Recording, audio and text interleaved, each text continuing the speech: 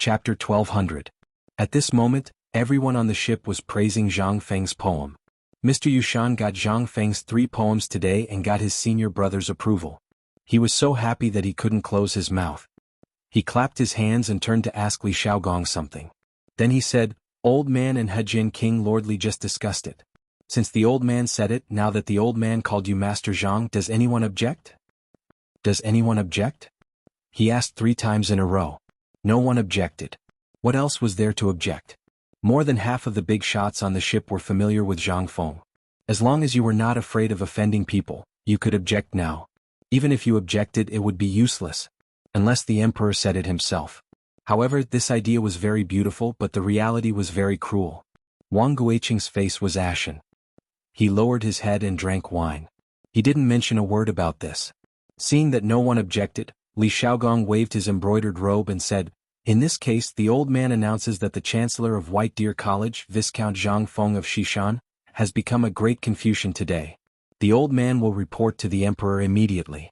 Tomorrow morning he will enter the Ministry of Works, the Ministry of Revenue and the Ministry of Works and announce it to the whole country." "Aha, congratulations, Master Zhang. Congratulations, congratulations. Feng Zi, congratulations. Congratulations, congratulations.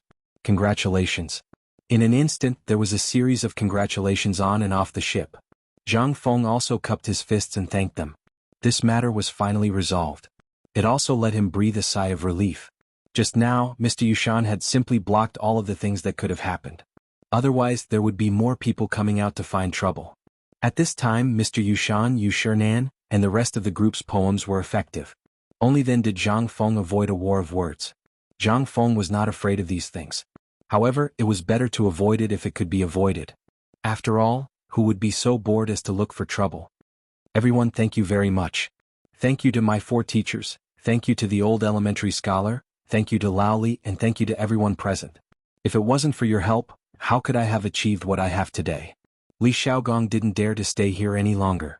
He quickly said, "Okay, this matter is over. The old man has to go back and report. I'll leave the rest to you. Alright, little friend Zhang Feng, tell me about your nameplate. The old man can go back and make a book for you." As soon as the word tiles were mentioned, Zhang Feng felt a little awkward. Wine Immortal. Was he worthy? However, this was a name given to him by the 4 great Confucians. That was simply shameful. But I won't say it. It didn't make sense. Zhang Feng couldn't help but feel a little conflicted. Well, my 4 respected teachers, why don't I change my nameplate? I'm afraid this brat won't be able to bear this token. Yu Shernan and the others also laughed. You brat, this kind of nameplate is not suitable for you. Why don't you hand this problem over to Brother Zihuai, Mr. Yushan, and Mr. Wenji? Ouyang Sun and the others also nodded. As for Ouyang Kai and the others, they could only agree. How could they have the right to speak here? When the 3 of them heard this, they pushed the responsibility to the old elementary scholar for a while before finally passing the heavy responsibility to him. After all, everyone could see that the old elementary scholar cared about Zhang Feng. This matter was the most suitable one for him. The old elementary scholar saw that he couldn't push the responsibility away. He thought for a while and said, "Since everyone is so fond of me, what do you think, Fengzi?" Zhang Feng knew that Balan wouldn't come because of the old elementary scholar. He hurriedly bowed and said, "It's all up to you." Seeing this, the old elementary scholar thought for a while and said, "If it was before the name of Wine Immortal, old man would also think it was good, but now..." The old elementary scholar fell into deep thought again. Li Shimin couldn't stand it anymore. In fact, he had thought of a few nameplates for Zhang Feng and felt that they were quite suitable. But because of his identity, he couldn't say anything. Below the boat, everyone stared nervously at the flower boat, waiting for the old elementary scholar's answer. After a while, the old elementary scholar looked at the bright moon in the sky, then looked at Jingshu and Zhang Feng. He said, "I thought of a nameplate." As he spoke, the old elementary scholar looked at Zhang Feng with some interest. At this moment, Zhang Feng felt that something was wrong. But before he could object, the old elementary scholar said, "How about a cord?" "A cord? A cord? F***ck old elementary scholar, we have no grievances, you're tricking me." Zhang Feng's face changed color. He hurriedly waved his hand and said, No, this nameplate won't do. Old elementary scholar, let's change it?" But Yu Shernan and the others' eyes lit up. That's right. Why didn't I think of that? Miss Jingshu's 18 strokes of Huga was famous for a time. In 15 years in Chang, and no one was able to decipher it. But I heard that when this kid was drunk, he was able to recite it without any mistake. What is this? This is what I call true talent. That's right. Cord Old Man also thinks it's very good. If you're still not satisfied with Jude, then you might as well call it Wine Immortal. Anyway, didn't you always write poems when you were drunk to show off your prowess? Chapter 1201. Cord Zhang Feng was speechless. This was not even as domineering as Wine Immortal. He did not know what the old scholar was thinking to actually think of such a name. But what could he do now? There was nothing he could do. Zhang Feng could only resentfully look at the old fellows who were laughing heartily, and then return to the center of the third floor of the flower boat. Li Qingqian and the others were already holding back their laughter, waiting. Seeing Zhang Feng arrive, the few of them held back their laughter and stood up straight. They knew that their chance had come. How could Zhang Feng not know what these fellows were thinking? He was too lazy to lower himself to their level. Staring at Cheng Chumo, he asked, "Are the musicians ready?" Yes. Zhang Feng was angry. "Just wait, Lao Tzu will make you feel better. Let's begin." While speaking, Zhang Feng turned around facing Li Xiaogong and the others and said, "Lord Li, everything is ready, may I ask if we can begin?" Li Xiaogong laughed and said, "Everything will be according to Prince Zhang's arrangement." Originally, there was a performance at the Mid-Autumn Poetry Meet. Moreover, the location of the brothel boat could be clearly seen from the attics and roofs of the houses in the East Market by the shore. But in addition, today was a rare day for young men and women to come out. On this day, the young men and women in Chang'an and the surrounding towns all wanted to come to watch the meet. Most importantly, they wanted to find the person they liked. It was also the time when the matchmakers in Chang'an were the busiest. This was the custom, even the emperor had no right to take it away. In addition, at the beginning of the meet, there would be a performance by the singers of Yan Lai Lu. This performance was not the usual kind of performance by the singers of Yan Lai Lu, but a performance by the inner court of Yan Lai Lu, which could only be performed in the palace. At this time, Zhang Feng, who was rumored to be from White Deer College, and President Zhang had also prepared a special performance, as well as the most anticipated performance of Chang'an's #1 beauty Jingshu. It could be seen that at this time, under Li Xiaogong's command, these young men and women were very eager. In order to achieve the greatest effect for this dance performance, Zhang Feng had already made sufficient preparations. Last night, Zhang Feng had let Li Qingqian and the others come to the flower boat to personally set up the scene. Although the dance took up most of the space, the layout of the scene as well as the lighting effects were also very important for a performance. Zhang Feng made use of the candlelight refracted by the bronze mirror and arranged for people to be stationed at all four sides of the East Market. When Li Qingqian gave the order, for huge pillars of light instantly shone on the surface of the water on the first floor of the three boats. On the water surface, on the large bamboo raft that everyone thought was because the remaining materials for building the flower boats had not been transported away, Li Qingqian and the others were wearing Chinese tunic suits and sunglasses. One hand was pressed on the brim of the hat, and the other hand was slanted into the trouser pocket. Although it looked a little strange. But there was also an indescribable handsomeness and experience. The premise was that other than Cheng Chumo, at this time, when the four light pillars shone on the bamboo raft at the same time, the entire boat, and below the boat, instantly rang out with waves of exclamations. Damn! What clothes are these? What kind of style is this? Motherf asterisk her, isn't it too? So handsome. But why isn't Prince Zhang participating? If Prince Zhang is participating, then he should be the most handsome and charming. Really, it's so charming. What's that thing on their eyes? And this light, what is that thing? This. At this time, not only the people below the boat, but even the experienced and knowledgeable people like Li Shimin and Yu Shernan couldn't help but stand up. They held the railing of the flower boat and looked at the five people on the bamboo raft. At this time, when Zhang Feng saw that the lights were on, he tidied up his white robe and elegantly walked in front of Jingshu. Under everyone's astonished gaze, Zhang Feng slowly stretched out his right hand in front of Jingshu and made an inviting gesture that no one but Zhang Feng understood. He smiled and said, "Jingshu, what should we do?" Jingshu's cheeks were flushed, but she still put her hand in Zhang Feng's hand under everyone's gaze. At this moment, the musicians who had already prepared a long time ago also slowly sounded the deep and heavy drums. Dong dong dong. Woo! When the horn sounded, the flower boat where Jingshu and Zhang Feng were on flashed a beam of light that was reflected by the bronze mirror and shone on them. But this time the light was shining from behind, which made them look like they were floating in the air. At this time, Zhang Feng also felt like he had returned to the modern world. That feeling gradually rose in the song and the street dance of Ching Chumo and the others. At this moment, the whole Chang and city quieted down in an instant. Even Li Shimin and the others who had already seen this song and dance in Zhang Feng's mansion yesterday couldn't help but be fascinated by it. Chapter 1202. Before the Tang Dynasty, all the dances were either passed down from the Tujue or were a craft that other people from the Hu Dynasty came to the Tang Dynasty to seek a living. As for the Han people, especially the men, they always felt that this thing was something that only the rich could play with. But in the Han people's bones, this kind of singing and dancing was not as practical as wielding a gun and stick. To put it bluntly, this was a kind of thing that women prepared for men's triumphant return. But today, everyone's eyes were blinded by the dazzling light. What the hell? Dancing can be danced like this? Is it not for women? Buttocks, legs, thrusts, what the hell, when did men become so flirtatious? Wow. Among the women present, a fat woman with dazzled eyes stared at Li Qingqian on the bamboo raft with eyes the size of copper coins. An unknown liquid was dripping from the corner of her mouth and staining her clothes. On the boat, under the boat, on the roof and on the ground, a large group of crazy women were shouting crazily. Those women who were about to confess their feelings and those scholars who were about to show off their skills were dumbfounded. What the hell? What's going on? What the hell? Do they want us to live?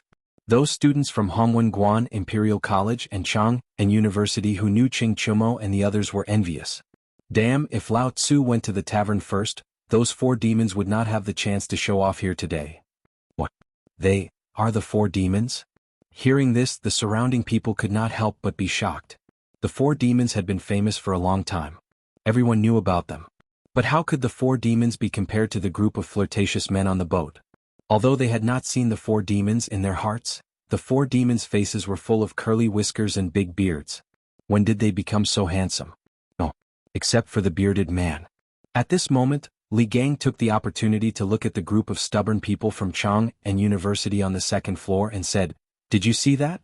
You were all stubborn before, trash in the eyes of your parents, trash in the eyes of the common people. But look at the people on the bamboo raft. You are all familiar with them, right?" The students from Chang and University nodded vigorously, thinking that something good had happened. The students from Hongwen and Imperial College, as well as the literati on the shore, pricked up their ears.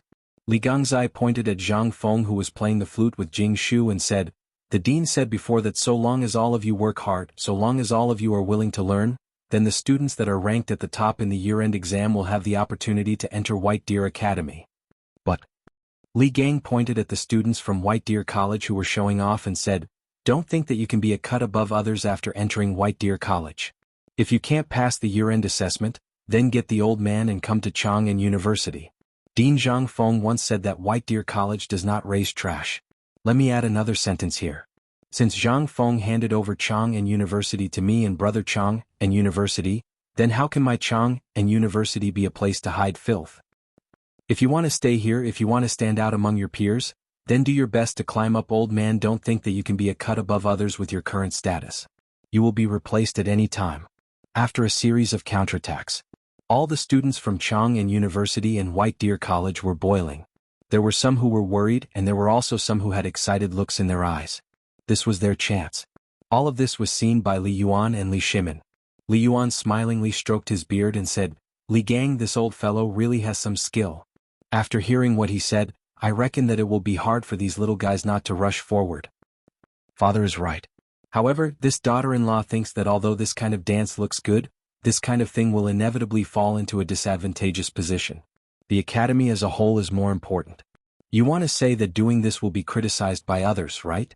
Li Yuan smilingly looked at Zhang Sun Wugo and asked.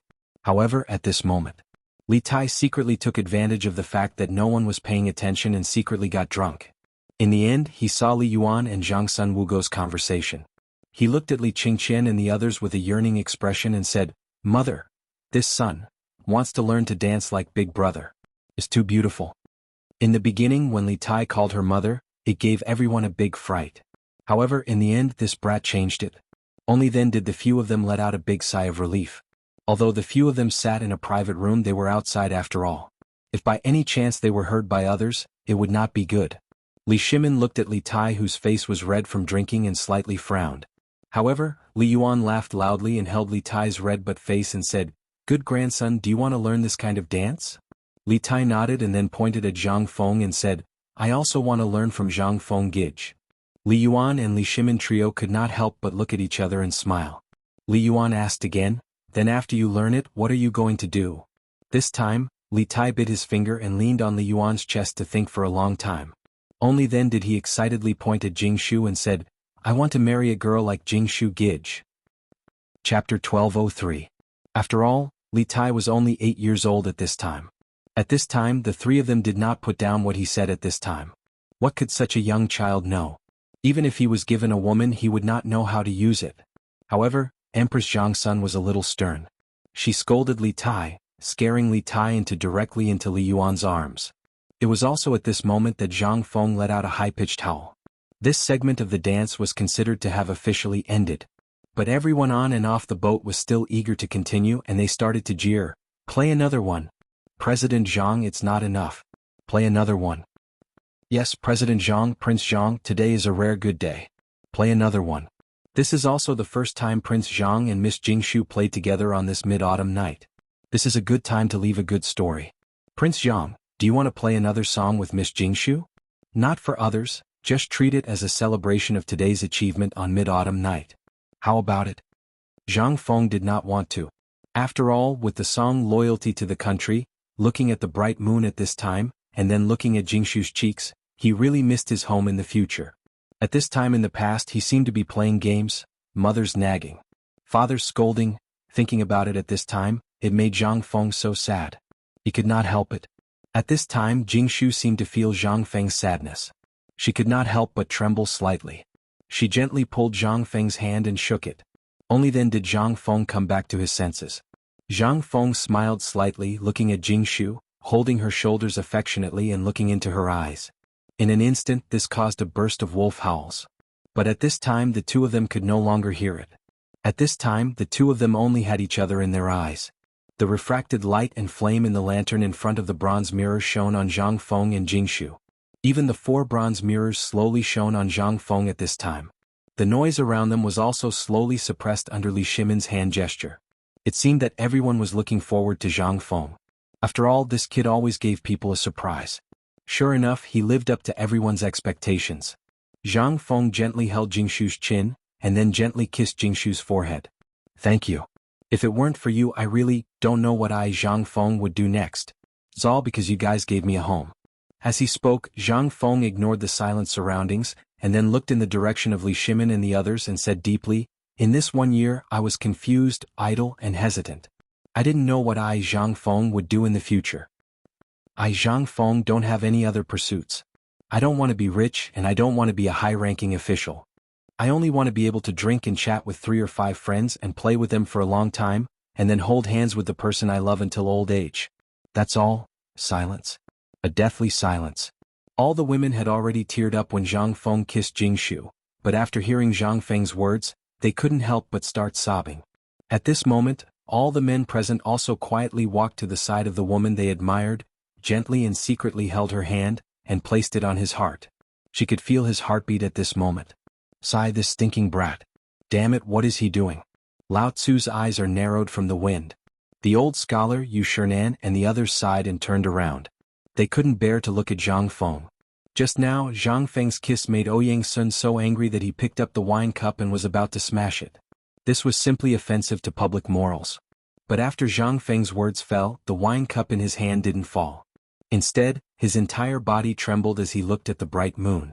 No one knew what he was thinking. Li Yuan tightly hugged Li Tai. Li Shimin tightly hugged Zhang Sun Wugo, who was crying. He looked at Zhang Feng and then looked at Li Yuan. Then he lightly walked to Li Yuan's side and said, Father Emperor, today's moon is very round. Very round. But this stinking brat, wait a moment, the old man will definitely beat him. Haha. Although Li Shimin and Li Yuan both laughed. This time they really opened their hearts. Just like when they were children they laughed heartily. At this time, Zhang Feng also woke up from deep nostalgia. He looked at Jingshu, who was crying in his arms, and then looked at the scene where the atmosphere was destroyed by him.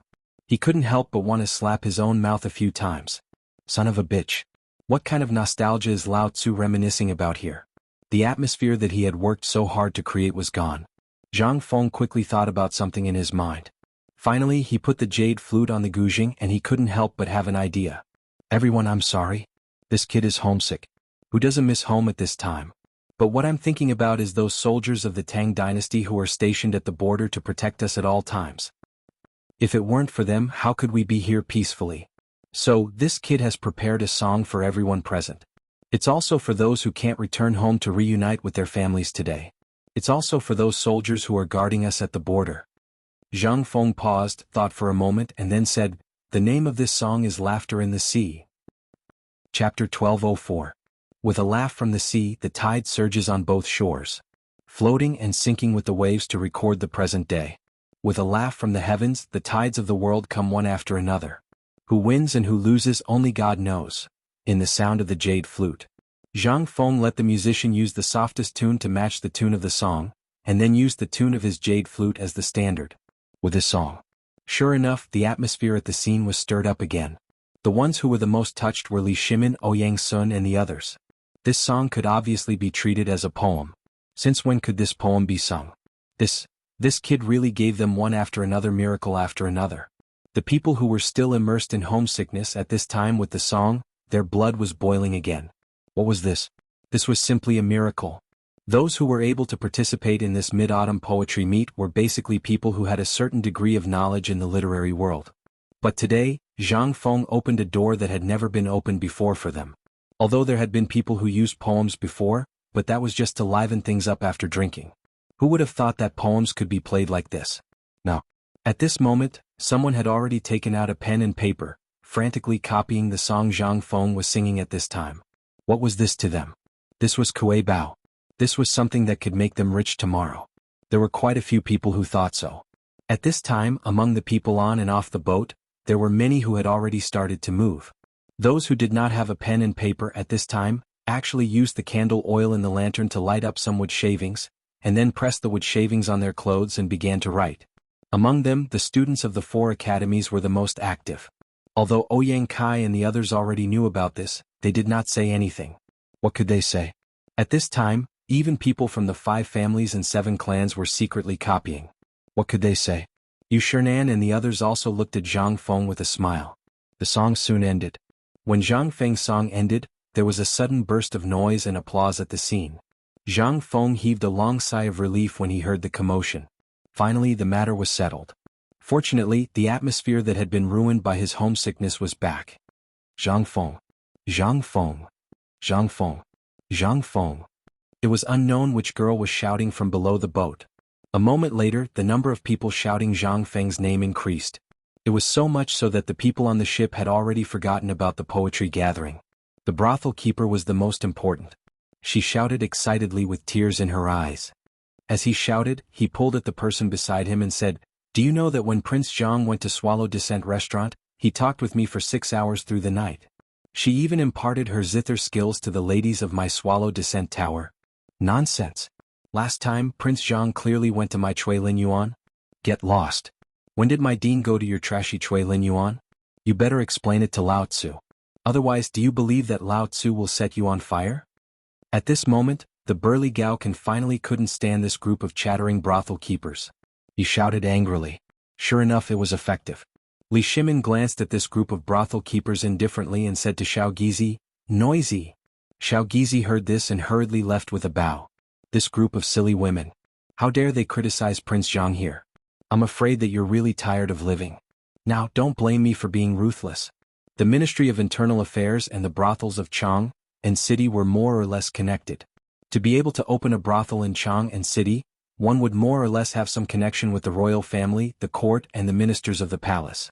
However, this group of insensible people actually dared to smear Zhang Feng's reputation at this time? This wasn't courting death, this was courting death. This was the time for Zhang Feng to build up his reputation. How dare you say that Zhang Feng went to your brothel?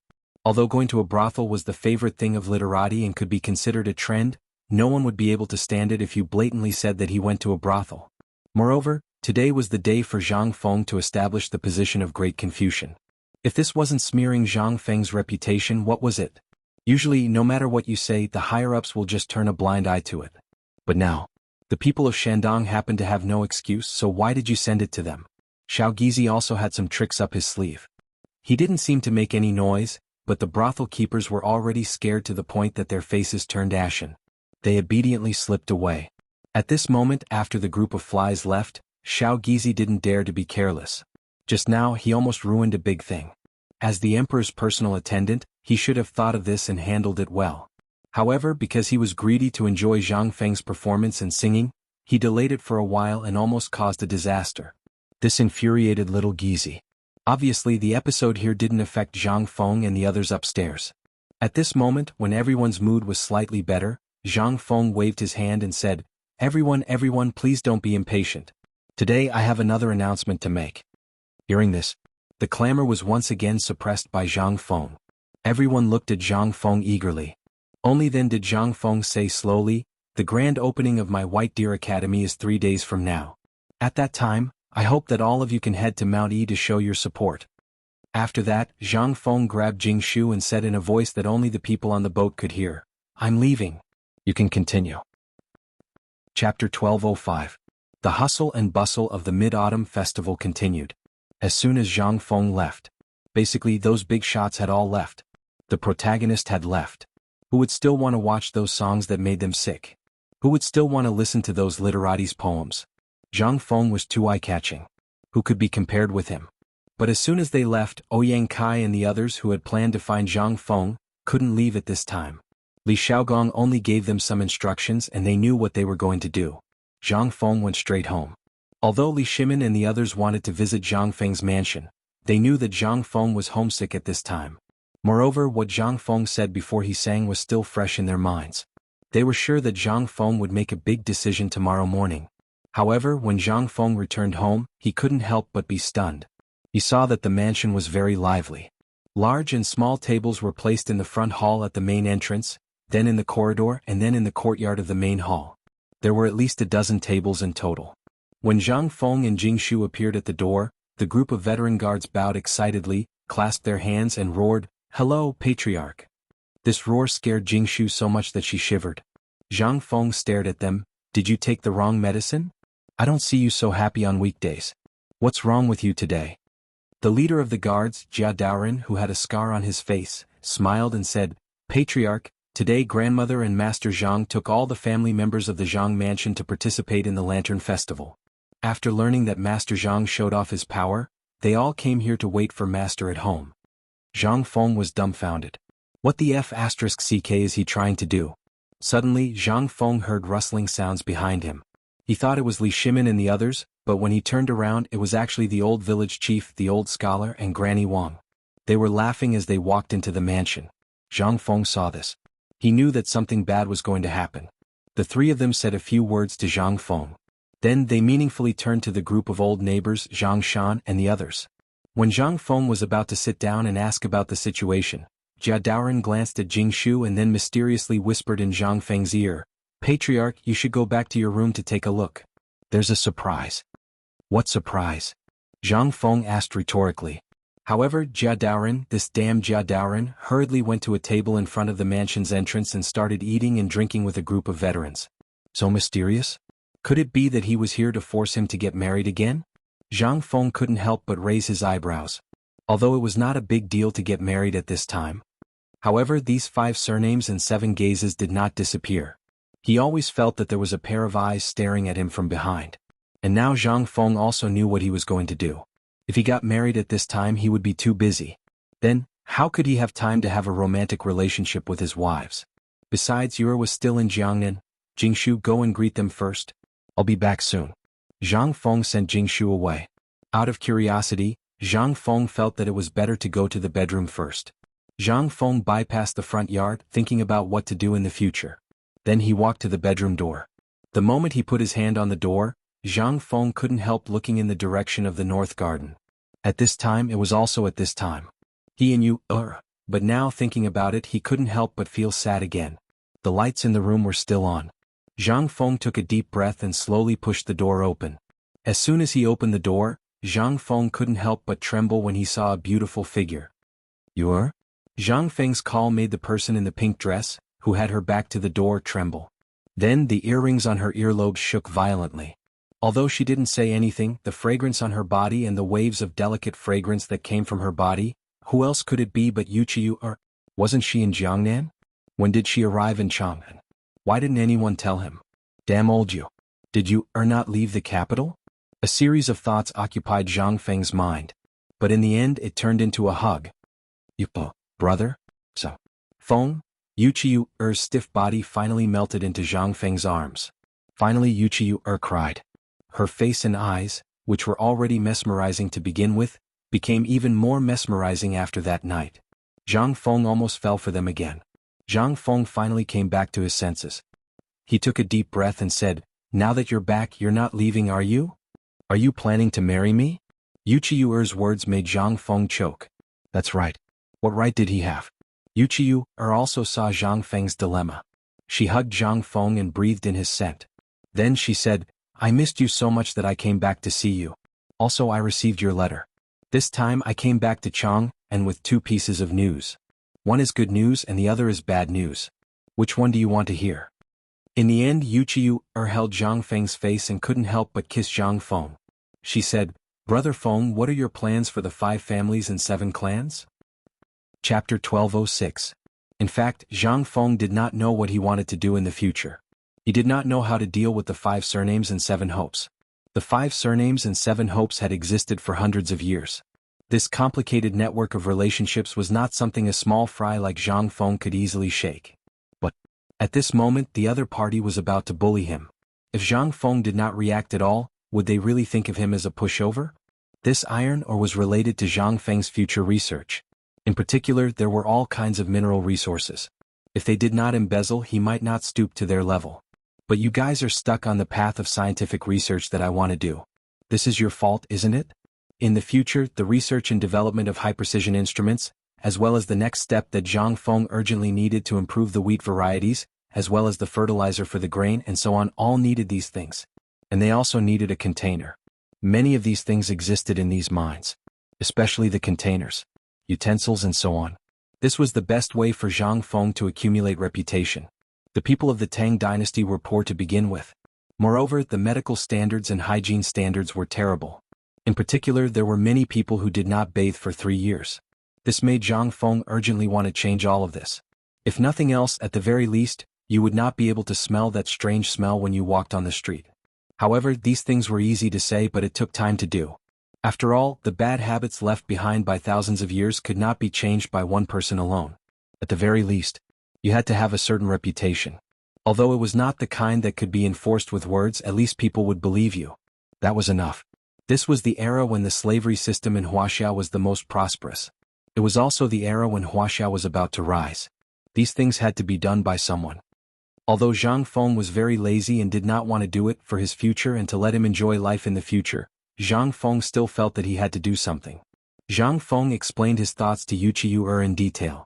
Yuqiu leaned into Zhang Feng's embrace, her eyes filled with tears. "Big brother Feng, how did you think of so many things?" Yuqiu hugged Zhang Feng and asked emotionally. Zhang Feng kissed Yuqiu's smooth forehead and said, "Isn't today the Mid-Autumn Festival?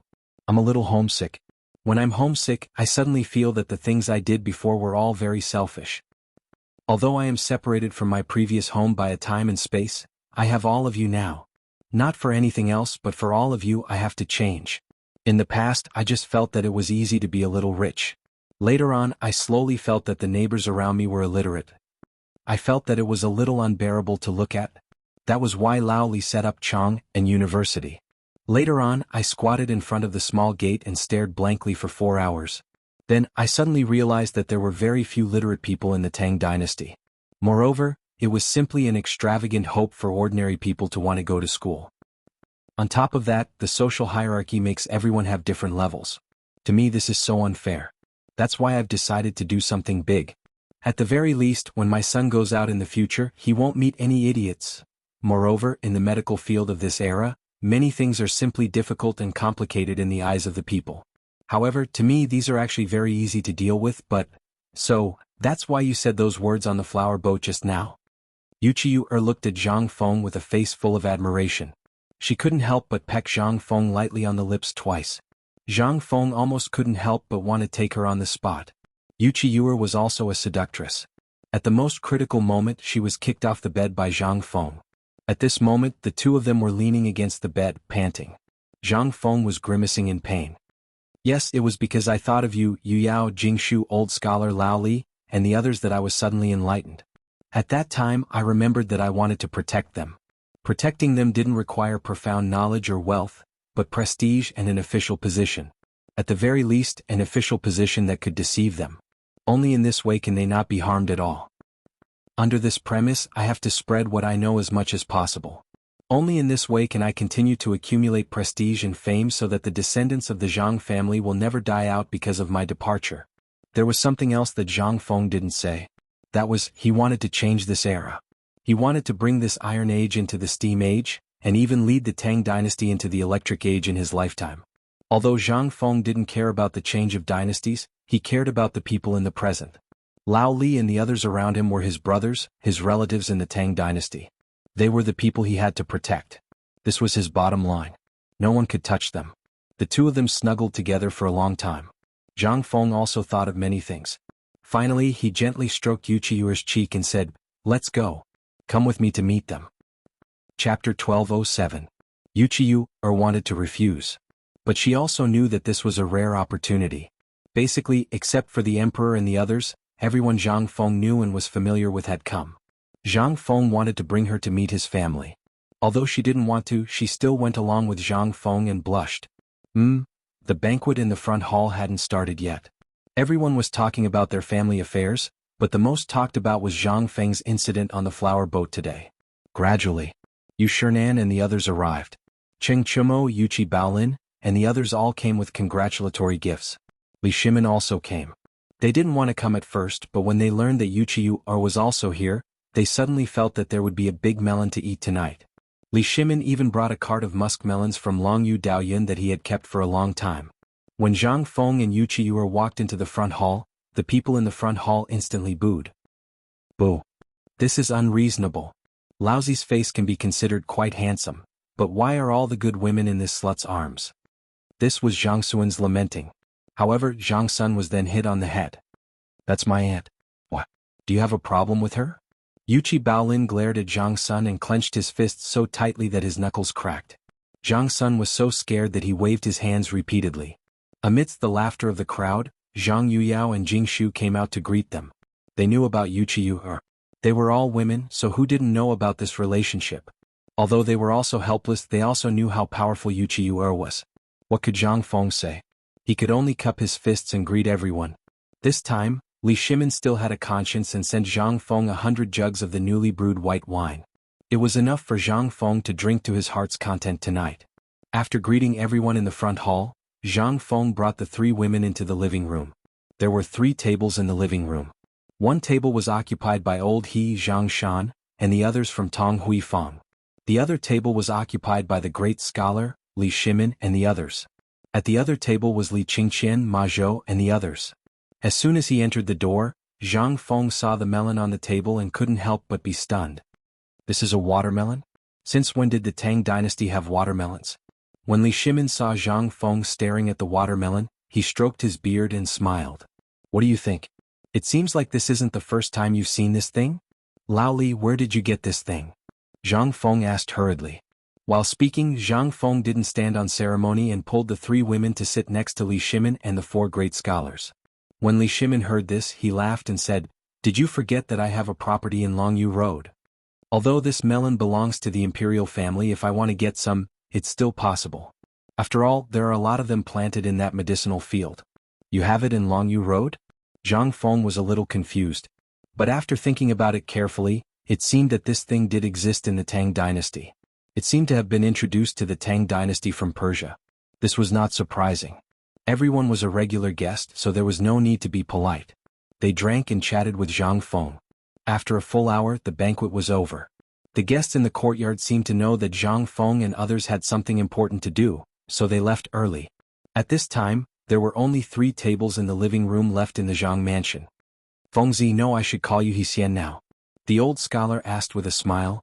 Do you know why the old man gave you this name plate? Zhang Feng shook his head. Everyone laughed but didn't say anything. Cheng Chumo asked naively, Old scholar, why did you give me such a bad name? It's not as domineering as Jiu Xian. If that doesn't work, you can also call me drunkard. Or immortal poet is also fine. You better shut up. Zhang Feng's face flushed red. Immortal poet? How could a plagiarist dare to call him immortal poet? The old scholar laughed and stood up. He patted Zhang Feng on the shoulder and said, "As you can see, Miss Zhang Yuyao Jingshu and Yu are all rare beauties. In addition, they can share some trivial things for Fengzi in all aspects. They can also help him relax when he is upset." What is this? This is a family. It's something that no one can replace. The old scholar looked up at the gradually disappearing moon in the sky and said, "The old man wants them to sing together." Now, everyone finally understood the old scholar's meaning. The old elementary scholar was blatantly protecting his calf. Li Shimin couldn't help but sigh slightly. How could he not know the old scholar's meaning? Zhang Feng was a man with a family. You guys seem to be afraid of tricking Zhang Feng. Were you still brothers? But to be honest, Li Shimin really felt a little guilty. Zhang Feng had helped him more than a little, but he didn't even tell Zhang Feng his true identity. He had been thinking, what if Zhang Feng knew his identity, what would happen? Would Zhang Feng still be brothers? After all, he had been a loner for a long time. If it wasn't for the fact that he accidentally walked into the small tavern, if it wasn't for Zhang Feng's guidance, he might still be living in deep pressure, self-blame, the curses of the court, and all kinds of complicated trivial things. Thinking of this, Li Shimin laughed heartily and said, "Old Xiaocai is indeed worthy of being an old pedant, an old senior. You hit the nail on the head. Indeed, Fengzi, it's time for you to have a family. Why do you still plan to get married 3 years later?" Zhang Feng looked at the three girls, then looked at the crowd and nodded. "My situation, you should all be clear. Although I feel a little sorry for them, but what I want to do now is to have a better reunion in the future. If I don't get rid of the 5 families and 7 clans, I'm afraid that the people I care about will be implicated. I don't want them to be implicated or affected. You know my temper. They, as well as all of you here, are the people closest to me. That's why I don't want you to be affected because of this matter. That's why I'll make a statement in front of everyone today. If I don't get rid of the 5 families and 7 clans, I, Zhang Feng, will not marry." Chapter 1208. Li Shimin was surprised. Was Zhang Feng determined to go against the people of the 5 surnames and 7 clans? But after thinking about it, Li Shimin felt relieved. At this time, they had already stood on the opposite side of the people of the 5 surnames and 7 clans. It was already a situation where they would fight to the death. If they showed weakness at this time, everything they had done before would be nonsense. Most importantly, if the people of the 5 surnames and 7 clans were forced into a corner, even if the retired emperor gave Zhang Feng the blood jade of Feng Lang Jusu, it would not work. These people had extensive connections in both the underworld and the legal world. Once, Li Shimin didn't dare to think about it. At this time, everyone in the living room was strangely quiet. Even the old Xiaocai and Zhang Shan didn't say anything. Even they didn't dare to touch the terror of the people of the 5 surnames and 7 clans. If this thing was not solved, it would be really big trouble. Motherf asterisk Ker. Fengzi, if you trust me, then give me the group of veterans in your estate and the academy. I'll annihilate your entire family in less than a month. Right at this moment, Gao Can suddenly stood up and spoke with a baleful aura all over his body. Everyone's expression changed when they heard this. Although they were in the depths of the mansion, it was inevitable that some problems would occur. Gao Can, sit down for this, old man. Are you trying to show off your abilities? Yu Shernan's expression turned cold as he berated Gao Kansas. Gao Can stood there stubbornly, feeling aggrieved. Zhang Feng glanced at him and couldn't help but have an idea. Although Gao Can's words were a little reckless, it was also a way. If I send a small group of special forces to stir up trouble behind these people of the 5 surnames and 7 clans, wouldn't it be? Thinking of this, Zhang Feng couldn't help but change his expression. Instead, he really began to think about it. No wonder Gao Can would become the 3rd war general of the Tang Dynasty in the future. This was really not a joke. But he still needed to practice. Thinking of this, Zhang Feng suddenly laughed. Laughing heartily, he patted Gao Can's shoulder and said, "Sit down. When the academy stabilizes, I will give you a good job. How about it?" Li Shimin also seemed to have expected something and smiled in relief. However, Yu Shernan and the old scholar both said in unison, "Fengzi, don't be rash." Zhang Feng waved his hand and said, "Don't worry, I know what to do. By the way, since everyone is here tonight, shall we talk about the opening of the academy?" When it came to serious matters, Yu Shernan and the others finally put down the matter in front of them. Although they were still a little worried, seeing that Zhang Feng had already changed the topic, it meant that this kid had already made up his mind. They couldn't help but sigh. However, the opening of the academy was also a matter of great importance. Yu Shernan and the others had been preparing for this for at least half a month.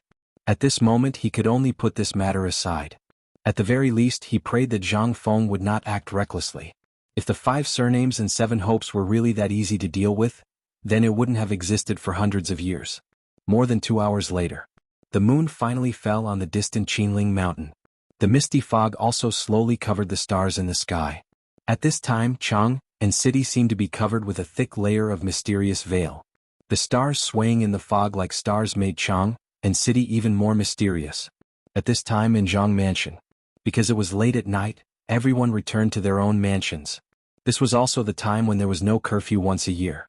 Otherwise, everyone would want to stay tonight and secretly see if Zhang Feng would have anything to do with the 3 girls. However, all of them fled in all directions under the broom in Zhang Feng's hand. At this time in Zhang Feng's bedroom, although Yu Qiuer had experienced it once, her heart beat faster when she looked at Zhang Feng, who was close at hand. Well, I'll go and see if Sister Jingshu and the others are asleep. In the end, Yu Qiuer was defeated by Zhang Feng's heavy breathing. How could Zhang Feng allow such a thing to happen? He grabbed Yu Qiuer and said, "Don't worry. They know. They should be asleep now." After a night of torment, it was not until late in the morning that Zhang Feng got out of bed, exhausted. When he touched the bed, Yu Qiuer was already gone. Zhang Feng was a little disappointed. When would she not disappear so mysteriously? Zhang Feng sighed heavily. He knew that Yu Qiuer had left. This was destined. Sure enough, when Zhang Feng lit a cigarette, he found a piece of paper under the teapot. He slowly unfolded the paper. Who else could it be but Yu Yuer's beautiful handwriting? "Brother Feng, I'm leaving. Although I can't bear to leave Sister Jingshu and Sister Yu Yao, I also know that this is not the time for us to be reunited. Do you remember what happened in Jiangnan last time? This time I came to Chang and with 50,000 stony iron ore. This is the most I can get. But don't worry, I've already discussed it with the Jiangnan Lu family. When I go back this time we'll talk about the iron ore business. You, don't miss me." Zhang Feng sighed heavily. When Zhang Feng walked out of the room, he saw Yu Qigong sitting in the yard with a birdcage in his hand. He was happily playing with it.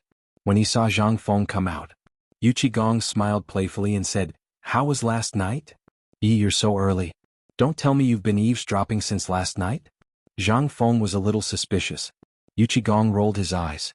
He said, "You spent a lot of effort to persuade the Lu family. But as far as I know, the Lu family wants you to be the 3rd wife of their 2nd son. You know what to do, don't you?" When Zhang Feng heard that, his expression changed instantly. Damn it, where did the Lu family come from? Did they eat a leopard's gall? How dare they touch Zhang Feng's woman? Gao Ken, get the hell out of here for Lao Tzu. Go. When Yu Qigong saw that Zhang Feng was really anxious, he said flatly, "He's a branch of the Fanyang Lu family. Think about it." Chapter 1209. The Fanyang Lu family?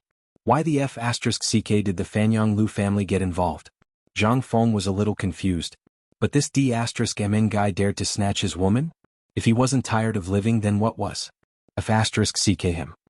Do you really think I, Zhang Feng, am a sick cat if I don't show my power? Yu Qigong sighed when he saw this. I knew you would be like this. Don't worry, I've already informed them. Although you, doesn't know, I've already sent a letter to Yuer's father. I also know that Lao Li has already arranged people in Jiangnan. This guy from the Lu family has long been one of Yuer's suitors. This time Yuer is in a hurry to get the iron for you in Jiangnan, and this Lu family happens to have iron mines. That's why this happened. But don't worry, the Lu family won't dare to go against us." When Zhang Feng heard this, he quickly asked, "This is the Lu family of the 5 surnames and 7 clans. Are you sure they won't dare to do anything to you? Don't you have that hairpin? I've already sent a message to the Lu family, so I'll leave it to you." When Zhang Feng heard this, he heaved a deep sigh of relief. But at the same time, this was the first time he faced these people of the 5 surnames and 7 clans. As expected, overflowing power was the only way to go about it. "Old Yu, let's go back to the academy." Yu Qigong thought that Zhang Feng was going to do something, but when he heard Zhang Feng say that, he couldn't help but be stunned. "Why are we going back to the academy? Aren't we going to look for iron mines?"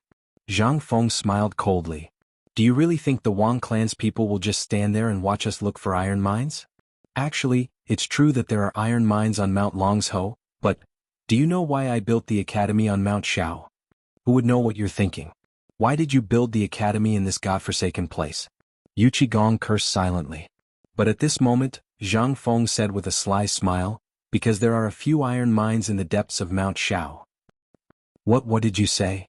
After a brief moment of shock, Yu Qigong hurriedly threw down the birdcage and dragged Zhang Feng into the study. As soon as he entered, Yu Qigong hurriedly asked, "Tell me in detail, is there really a mine in Pyrolite Mountain? What kind of ores were they? How did you know? Logically speaking, you've never been to this godforsaken place." Of course, Zhang Feng had never been to Shao Mountain before the establishment of the academy. However, Zhang Feng knew better than anyone what would happen in Shao Mountain thousands of years later.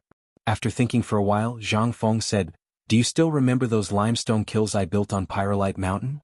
It's the mine that makes cement." Yu Qigong nodded. Zhang Feng continued, "In that place where there is limestone there will definitely be coal mines. And where there are coal mines, there will definitely be iron mines and other mineral resources. And oil." However, Zhang Feng did not mention this. After all, although there was indeed oil in Bailu Plains after exploration in the future, but, with the current technology, it was extremely difficult to extract it. Moreover, the age of steam had not even been reached. It would be useless to create such a thing. That was why Zhang Feng did not mention the oil. However, Yu Qigong could not help but feel a little angry. Since you already know that there are iron mines here, why did you waste so much effort to find people to look for iron mines? Are you toying with us? When Zhang Feng heard that, he hurriedly waved his hand and said, No, no, no. How is this playing with us? This is called diverting attention. Think about it, there's also the saying of creating a diversion. Why can't I use it here? Yu Qigong was stunned when he heard that.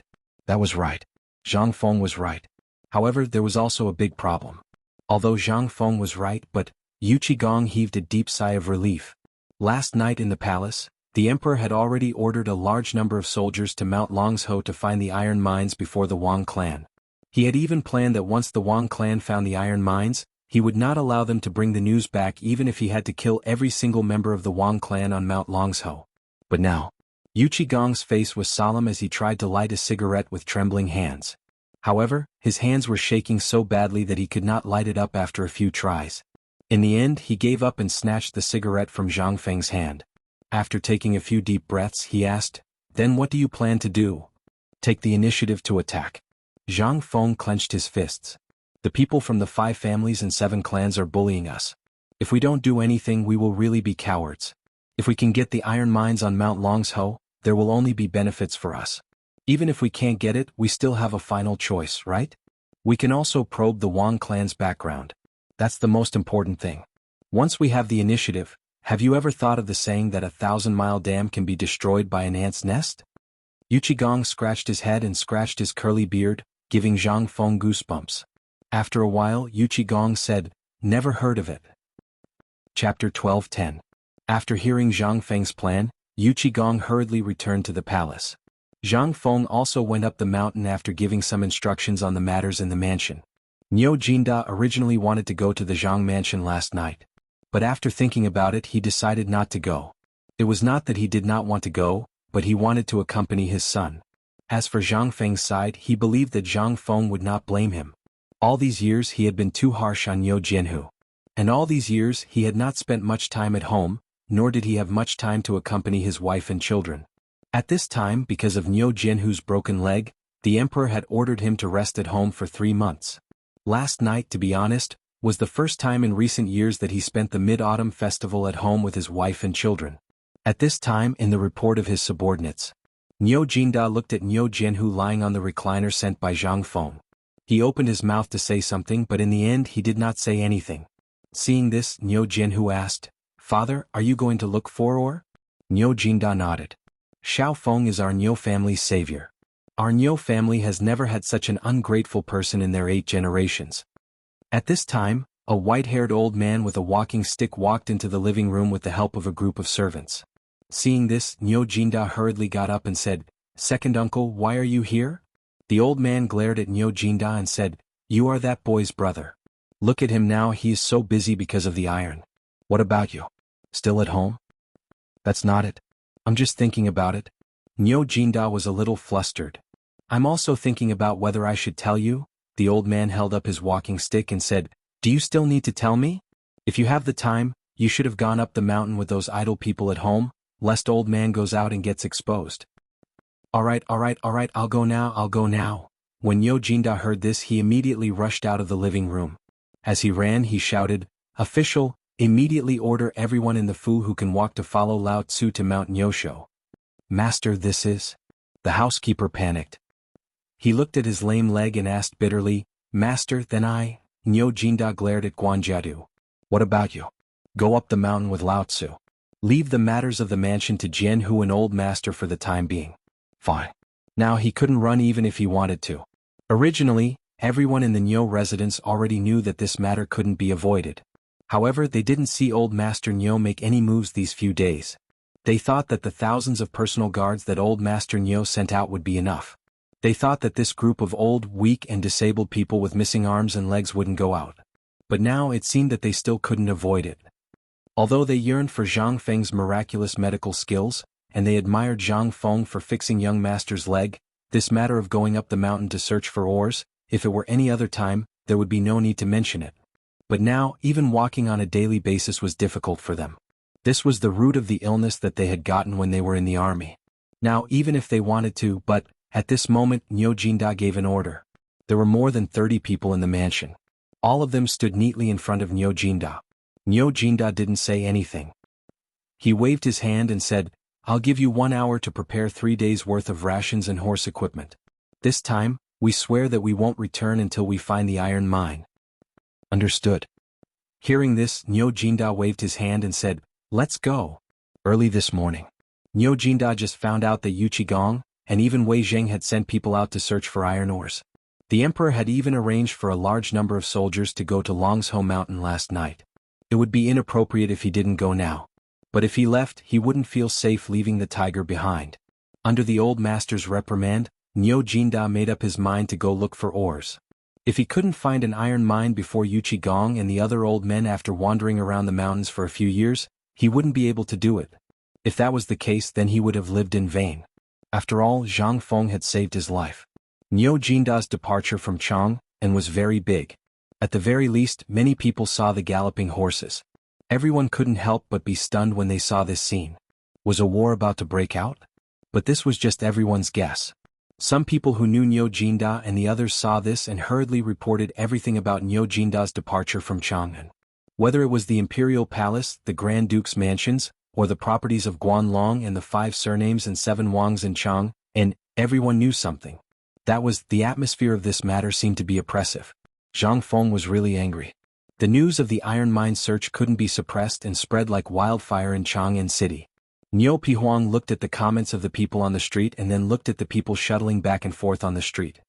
He shook his head and sighed, "The sky is going to change. It's time for us to return to Shao Mountain." Chapter 12:11. Do you know? Not a single piece of iron can be found in Chang, and now. This was the most popular topic in Chang, and during this period of time. It was also the thing that the people were most interested in talking about. Autumn planting, for the people who had just experienced this locust plague, was undoubtedly a life-saving autumn planting. If they could survive this winter, they would have a good harvest in the coming year. But at this time, the people heard something that made them extremely angry. That was, the people of Taiyuan Wang clan actually broke their iron mine. Farming tools were something that everyone needed to survive. Without farming tools, how could they talk about autumn planting? Dig with their hands? But at this time, how could the commoners not be angry? That damned bastard actually ruined the iron that the commoners needed. Now, coupled with the fact that President Zhang Feng actually hurried to find iron mines on the second day of the Mid-Autumn Festival to think of a solution for them, the people finally could not sit still. At this time, at the entrance of the Wang clan blacksmith shop in Chang'an's West Market, a large group of people holding pickaxes angrily blocked the door and quarreled with a thin middle-aged man with a pair of triangular eyes. The middle-aged man was already sweating profusely at this time, and his eyes even glanced at the pickaxe held high above his head from time to time. "Everyone, you are on a blind date. Something happened in my Wang family's mine. I just got the news from my family that the matter in the mine will be settled in half a month's time. At that time we will have iron." "Nonsense. Half a month? Who can wait for you for half a month? The banker will wait for you for half a month? The weather and so on? If we wait for you for half a month, the banker in the field will be gone. Yes, today either you move aside and let us in to have a look. If there is really nothing, we won't say anything. But if you don't move aside, it means that you are up to something and don't want us to live a good life." At this time, a dark man in the crowd waved the kitchen knife in his hand and was about to rush in. Instantly, the man was scared and his hair stood up. Hey, what are you doing? If you dare to rush in, do you believe that I will immediately report to the authorities? Guards, guard the door." The middle-aged man was panicking. But at this moment, an old man in the crowd slowly looked through the gaps of the crowd and saw the piles of iron on the floor. He couldn't help but get angry. Mother***, these brats don't want us to live anymore. Look, their shop is full of iron, and they dare to lie through their teeth and say that there is no iron? What? Hearing that, everyone was shocked. The common people. They were the easiest to fool. He was the most honest. But once they found out that they had been cheated and it was a life-threatening kind, then even if you were the heavenly King Lao Tzu, they would still dare to drag you down. At this moment, sure enough, no one was willing to believe the middle-aged man's words. The furious commoners broke through the middle-aged man and the blacksmiths in the shop. The burly man from before took the opportunity to kick down the shop's door. Instantly, in that room there were piles of ironware, furniture, and piles of raw iron. Instantly, the people who were watching the show saw a scene that they couldn't believe and were incomparably angry. Mother***, is this what you said? No iron? Then why don't you King tell me what these things are? Are you the one who made this mess? Everyone's lungs were about to explode. At this time, the middle-aged man still stiffened his neck and struggled to say, These are all ordered by the palace. You can't mess around. These are all the emperor's things. Lao Tzu ***ck off. If they were the emperors, would the emperor send people to look for iron? Would the common people suffer? The burly man couldn't bear it anymore. He punched the middle-aged man in the nose. In an instant, the burly man screamed like a pig being slaughtered. Murder. Does anyone care about it? Murder. Guards. There was a burst of shrill screams as if the burly man had done something to him. The noise here had already attracted the attention of the patrolling guards. At this time, the guards of the Chong and local government rushed up. What's going on? What's going on? Get out of the way. Put the knife down. The guards were all farmers and didn't want to interfere. But when they rushed into the crowd to take a look, they couldn't help but be shocked. The kitchen knife in the brawny man's hand was actually raised to the man's neck, and the middle-aged man's nose was already full of blood. When he wiped it, his face was covered in blood. As soon as he saw the guards, the man couldn't help but scream again, "Sir, murder! Help! Shut up!" The guards were not easy to fool, especially those who worked in Chang'an City. They were even more sophisticated. At this time, the burly man still ignored the guards and scolded, Yazi, you want Lao Tzu to let go of you? Go in and let Lao Tzu see the things in the shop, then you come back and talk to Lao Tzu. Mother***, don't you know that your father almost smashed the pot at home for this piece of scrap iron? Take a look at what's in the shop. Among the guards, a young man who was slightly younger heard this and immediately leaned forward. Uncle Zheng, please give me some face. I'll give your father some face. Go in and take a look. Are you coming or not? If you don't go in, Lao Tzu will chase you in with a butcher's knife. Seeing this, the guard hurriedly begged for mercy. Then he whispered a few words into the ears of the angry bailiffs. Then he led the bailiffs to knock down the workers who were not allowed to enter the door. As soon as they entered the shop, the guards were dumbfounded. In the past few days, the news of their lack of iron had been spread all over the city. But in their eyes, what was it? Mother***, there was a room full of iron. Mother***, what was this?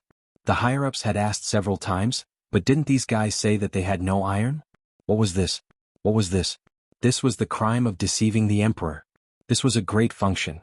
Yazi and the others couldn't help but pull out the knives at their waists. They turned pale with fright and said, Guards, tie them up for me. Quick, go and inform Lord Niao.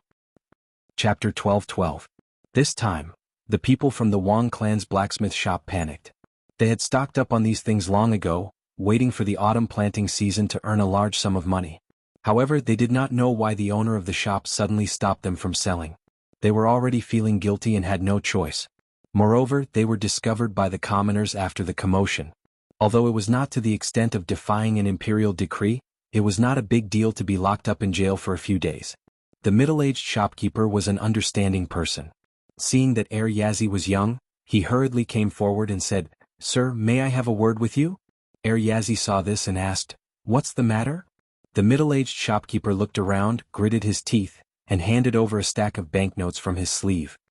He smiled like a blooming chrysanthemum and said, "This is a little token of my appreciation.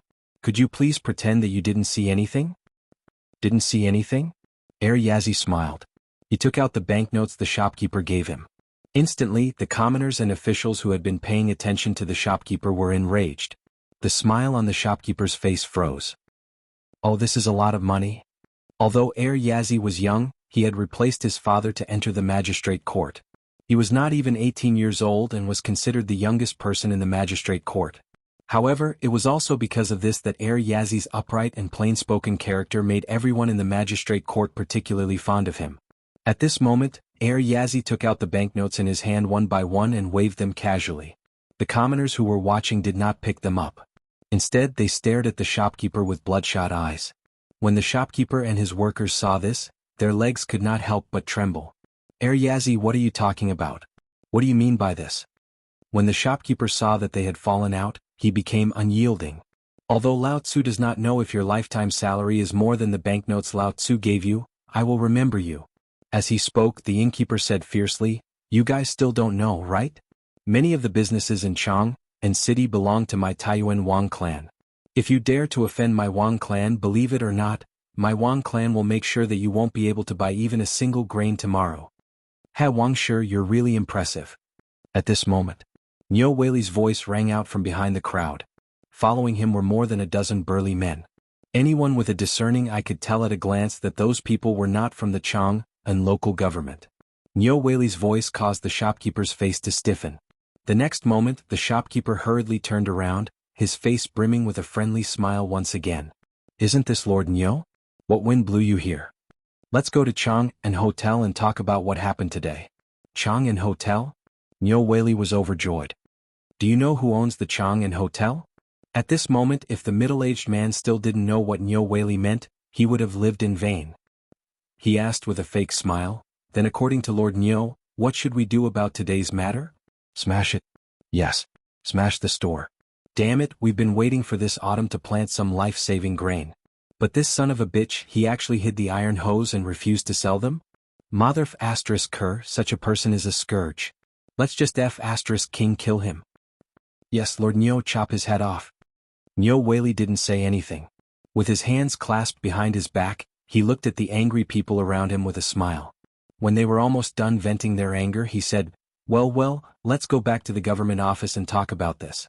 After all, talking about it here will damage your Wang clan's reputation."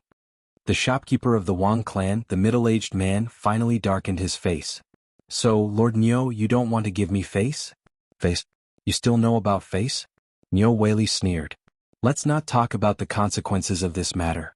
Nyo Weili only needed to do things according to the rules. If it didn't involve his god of fortune, Zhang Feng, then everything would be fine. But now, Nyo Weili could only mourn silently in his heart. Brother, you're in trouble. You're in big trouble. Men, bring shopkeeper Wang and all the workers here back to the county yamen and close the blacksmith shop for the time being." "Yes." "Nyo Weili, do you really want to go against my Wang clan?" This time, the shopkeeper of the Wang clan couldn't help but scold him. He was even cursing. Nyo Weili didn't say anything. He even waved his hand to signal the angry yamen runners and the people to not interfere. They watched as the shopkeeper pointed at his nose and scolded him as if they were watching a show.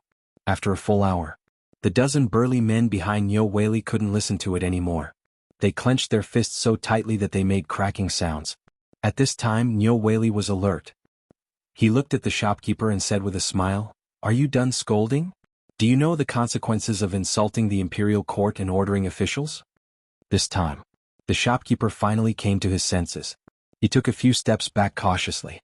This time he asked hesitantly, "It's nothing more than going to jail. Believe it or not, if Lao Tzu goes in today, you'll have to obediently ask Lao Tzu out in less than 2 hours. Is that so? The smile on Nyo Weili's face disappeared instantly. Men, this shopkeeper called Wang something insulted an imperial court official. Moreover, he insulted him on the street. Everyone here is a witness. According to the laws of the Tang Dynasty, beat him to death. Haha, Master Nyo, you don't need your yamen runners to do this. Lao Tzu will do it. Yes. Let's do it. This son of a bitch will tear him apart alive. Beat him to death. Chapter 12-13. The group of burly men behind Nyo Weili finally grabbed the burly man in the crowd and slipped away. The burly man was none other than Zheng Tufu from Tonghui Lane. There was nothing much to do on the mountain today, and the feed factory that he was in charge of was on the right track. He had also sold dozens of piglets, but the few acres of land at home were still crying piteously for food. If it were not for the fierce woman at home twisting his ear and dragging him back to Chang'an, he would not have been willing to come back. After all, who did not want to be a boss? Now they wanted him to kill pigs? Forget it, please. Who would do such a heartless thing as a last resort? It was all thanks to Zhang Feng who pointed him in the right direction that this family was finally able to live a prosperous life. Although Zheng Tufu and his son did not know how to do business, they still had Ma Zhou, that brat, with them. Although that kid had been following Zhang Feng for a long time, after all they had been together for a long time. He was still a loyal friend. Every few days he would come back to help Zhang Feng. At the same time, Zhang Feng would report on the feed factory and the situation of the pigs. Zheng Tufu was originally in a good mood. He was even thinking about going to Chang'an City to bring his wife and children to find a wife for his son and buy a property. At the same time he would buy some farming tools and replant the wasteland at home. But he did not know. He actually heard about this. And it was about Zhang Feng. Zheng Tufu felt that the sky had fallen. What was this? This was simply targeting Feng Zi. Although Zheng Tufu and his family came early last night during the Mid-Autumn Festival, they didn't see Feng Zi's face. They wanted to go to Feng Zi's mansion, but when they saw their ragged clothes they gave up in the end. He had heard from the neighbors that the Wang clan's blacksmith shop in Chang'an City should have iron. After all, who in Tonghui Lane did not know that there was a shortage of iron on the mountain? Plus it was autumn now. Who did not lack iron? But this damn group of people. How could they get the iron stuck? He also knew about the iron and the importance of iron to the people on the mountain.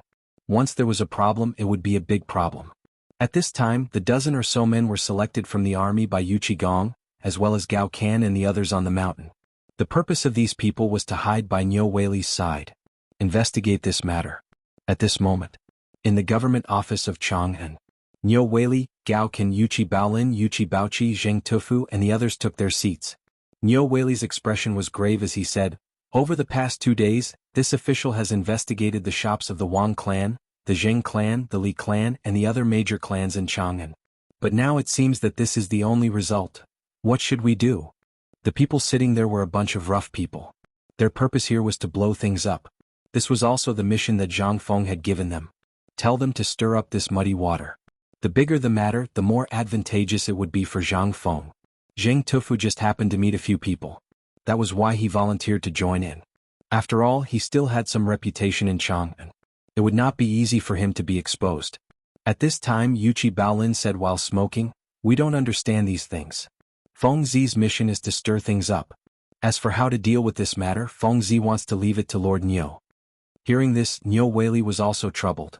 When he was in Lantian he had seen the power of the Wang clan.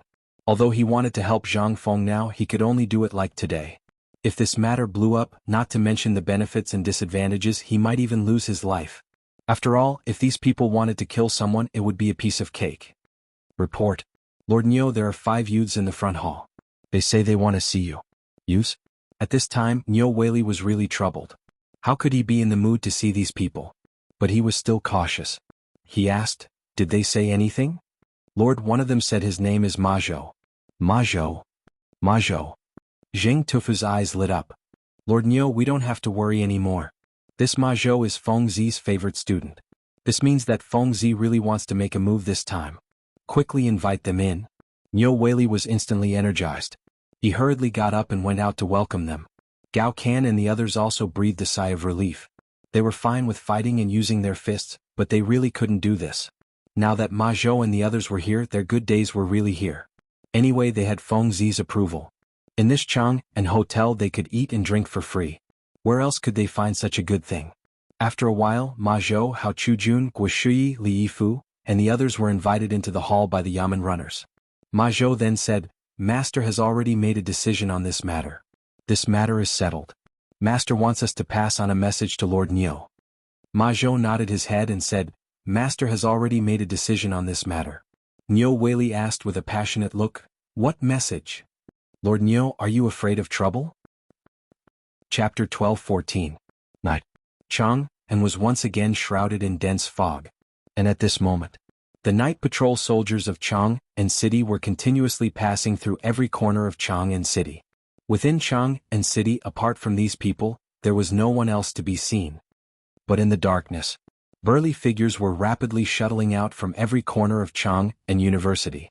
And then scattered in the darkness. Yanlai Restaurant. At this moment, Yanlai Restaurant was still brightly lit. Due to Zhang Feng's actions at the meeting the day before yesterday, Yanlai Restaurant's popularity had simply risen. Usually there were very few guests who could stay overnight.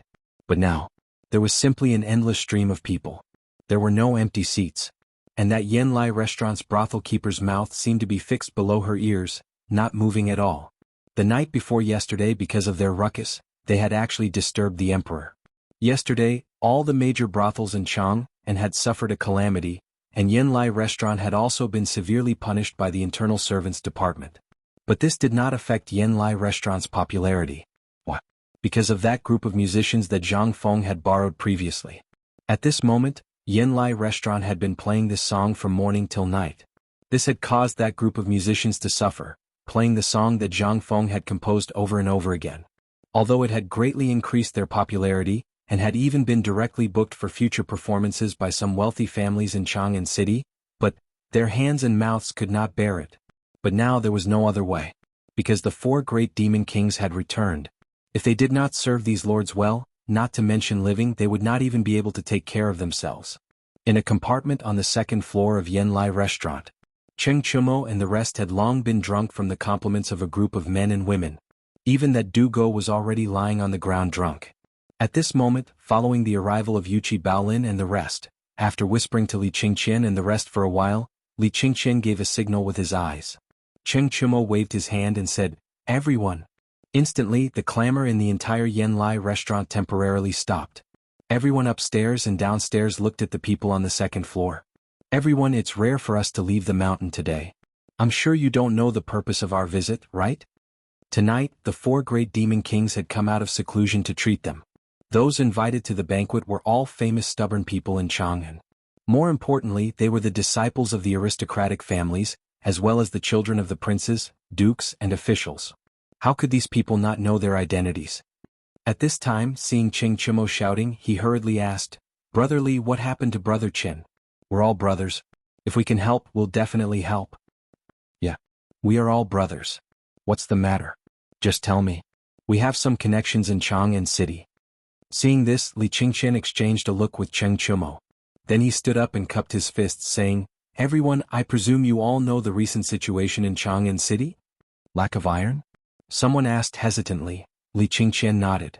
"Yes, it's a lack of iron. Now, the dean of White Deer College is anxious day and night because the people can't plant in autumn.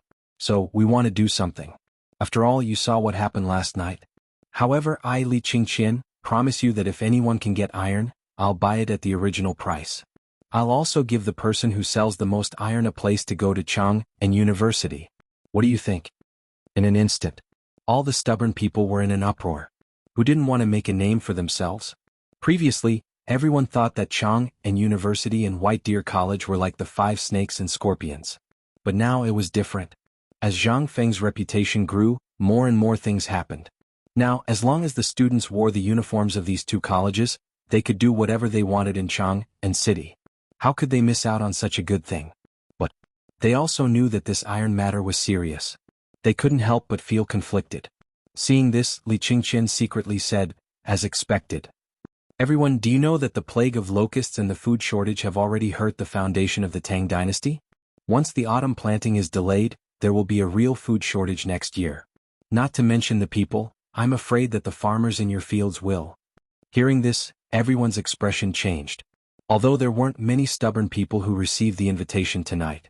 But these were all people who had a say in Chang'an. They knew more than the others. At this time, seeing that Li Qingqian wanted to say something but stopped, someone couldn't help but ask, "Young Master Li, don't be so secretive. We've drunk together so many times. If we're brothers, just say it. We'll try our best to help. But I also have some fields. If there's a problem with the people's autumn planting this year, what will it have to do with us?" Good question. Li Qingqian sighed heavily and said, "Master Yuan Tiangang, you should be familiar with him, right?" Hearing this, everyone's expression changed. Li Qingqian said again, The night before yesterday, the Dean of White Deer College and Master Yuan performed a ritual in the mansion to sense the heaven. This year's plague of locusts is just a test. There will be a more serious plague of locusts next year. Now, I don't need to say anything, right? What? There will be a plague of locusts. Chapter 12:15. Li Qingqian saw the sudden change in everyone's expressions.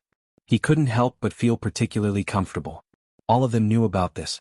Especially since Zhang Feng had said before that this year's locust plague was nothing, but next year's locust plague would be the real horror. They asked Zhang Feng why.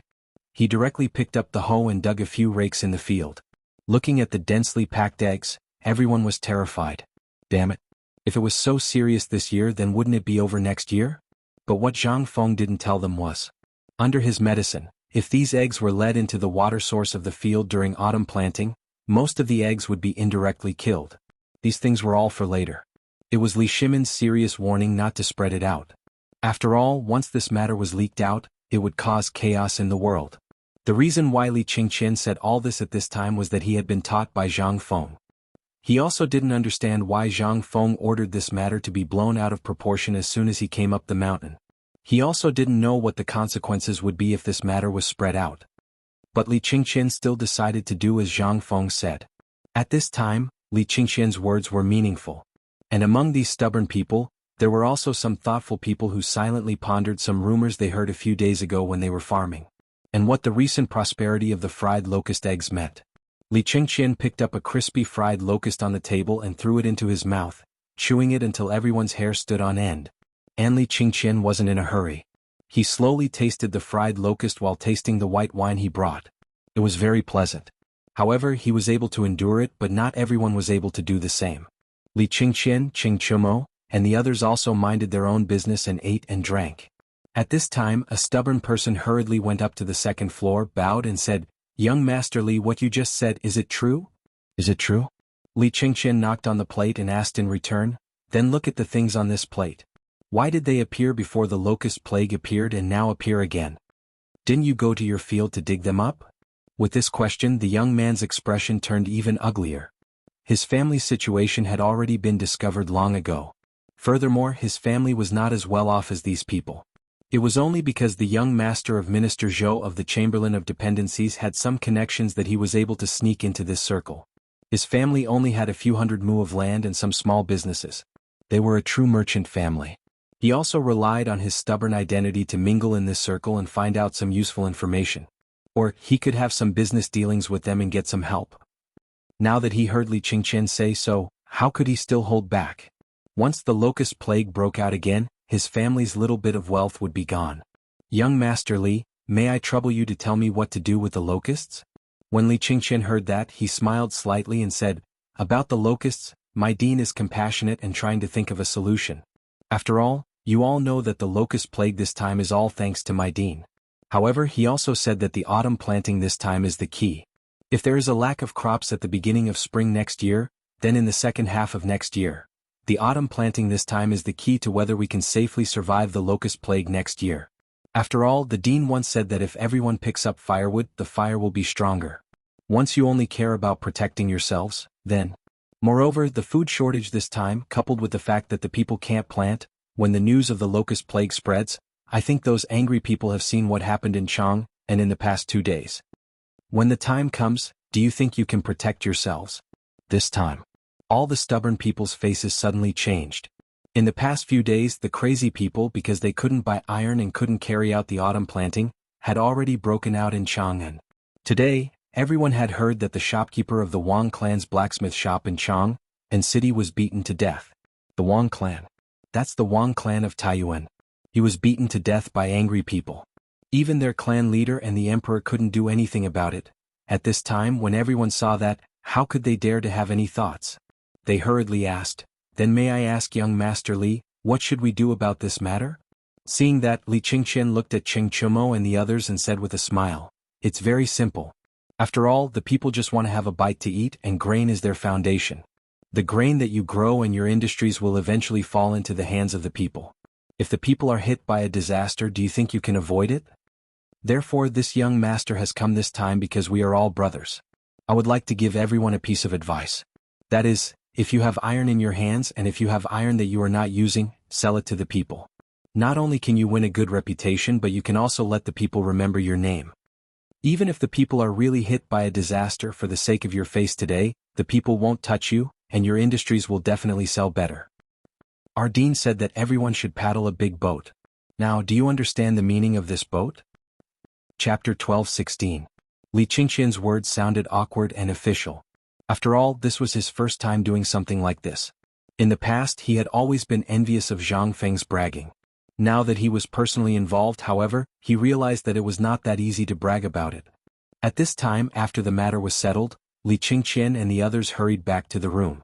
After sending the girl away, they gathered together again. After exchanging glances with each other, the few of them burst into a burst of comfortable laughter. Damn, it feels so good to brag. No wonder Feng Zi likes to nag, Zhang Sun said, smacking his lips. Li Qingqian waved his hand. His expression became serious. This is a big net that Feng Zi has set. Our purpose here is to mess up this matter. Only by messing things up can we buy time for the people who are looking for the mine. When everyone heard that, their expressions gradually became serious. Zhang Feng was really angry this time. He had sent all the people who could be sent out to stir up trouble. Ma Zhou, Hao Chujun, and the others were sent to investigate the real situation in Chang'an City. Yuqi Baolin and the others were mainly there to stir up trouble. Once they found out about the properties of the people of the 5 families and 7 clans, they would do everything they could. And their main purpose was to spread rumors. Although this seemed simple, the degree of danger in every step was obvious. However, this was all to buy time for the people who were looking for the mine. In other words, they were diverting the trouble. Let the people of the 5 families and 7 clans be busy dealing with the mess in Chang'an City and have no time to deal with the matter of Mount Longzhou. Alright, next, let's discuss what to do tomorrow morning. It's best to spread the news by night.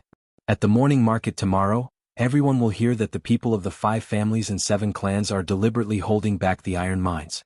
Next, it's up to them. At this time, Dugo was lying on the table dizzily.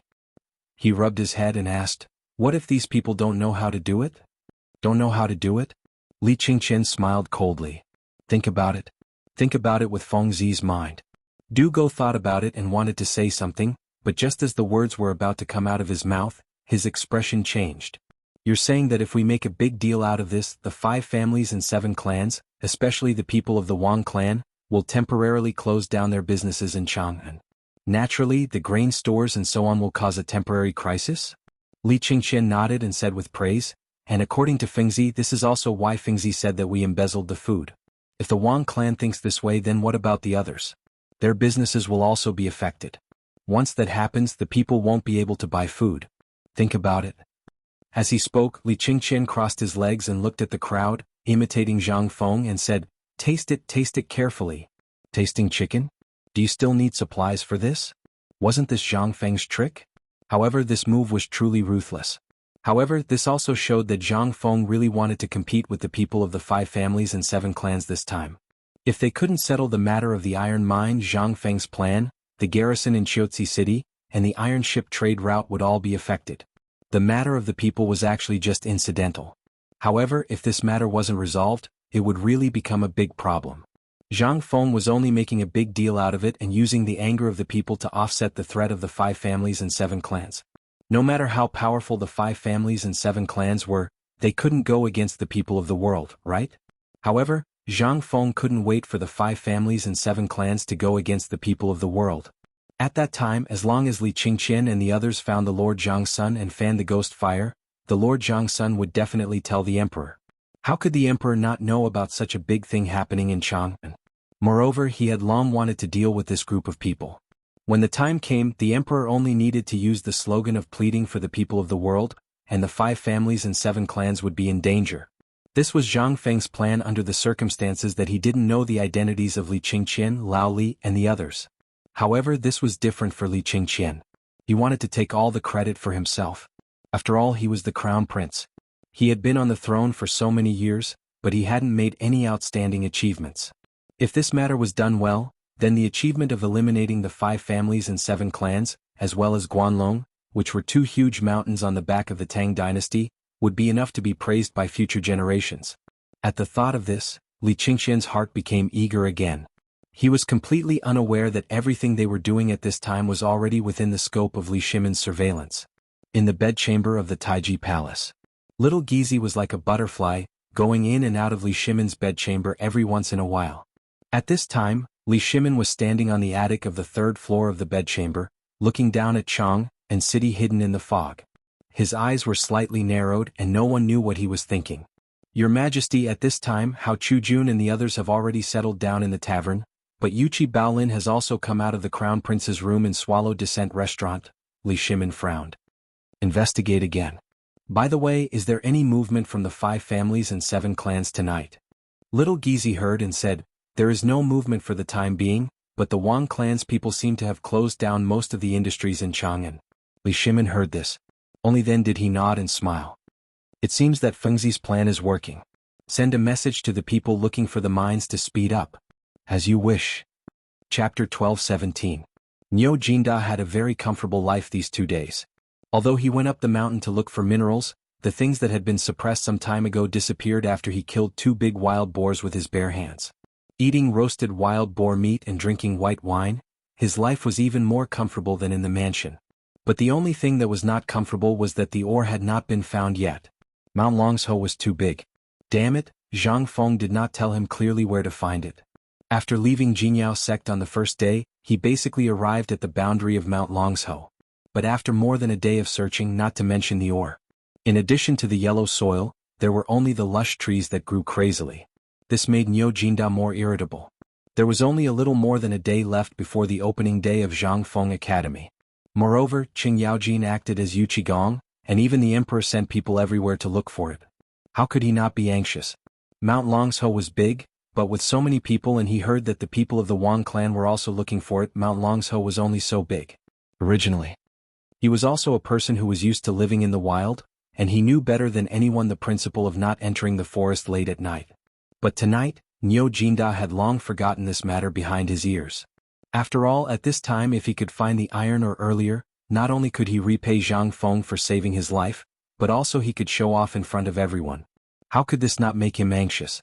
At this time, Niu Jinda ate a large pile of barbecued meat and fell asleep in a drunken stupor. But at this time, there was a disturbance in the camp, which made Niu Jinda raise his heavy eyelids and roar with some anger. What are you doing in the middle of the night? Dezhuang, come over here. In Niu Jinda's angry roar, a group of people came over with something in their hands, trembling with fear. Niu Jinda was still lying on the ground, staring at them and asked, what were you doing just now? Master, we've discovered something strange. As he spoke, the burly man named Dezhuang hesitantly handed over a handful of white stones to Niu Jinda. Although it was called a stone, its texture was soft, just like the smell of old yeast. Niu Jinda's interest was piqued. What is this? I don't know. Ergo dug it out from under the grass when he was taking a dump. Dezhuang told the whole story honestly. Niu Jinda's interest was piqued. Holding a torch, he carefully identified the stone before hurriedly asking someone to bring him to the place where he found it. He had been in charge of escorting iron ores up the mountain and had seen iron ores before. They were similar to this thing. The color was the same but the smell was a little stronger. Niu Jinda walked closer to take a look. Under the illumination of the torch, the ground under their feet was already white. Moreover, the vegetation in this place was even more lush. Even at this time, there was an indescribable smell. This is... Niu Jinda could not remain calm.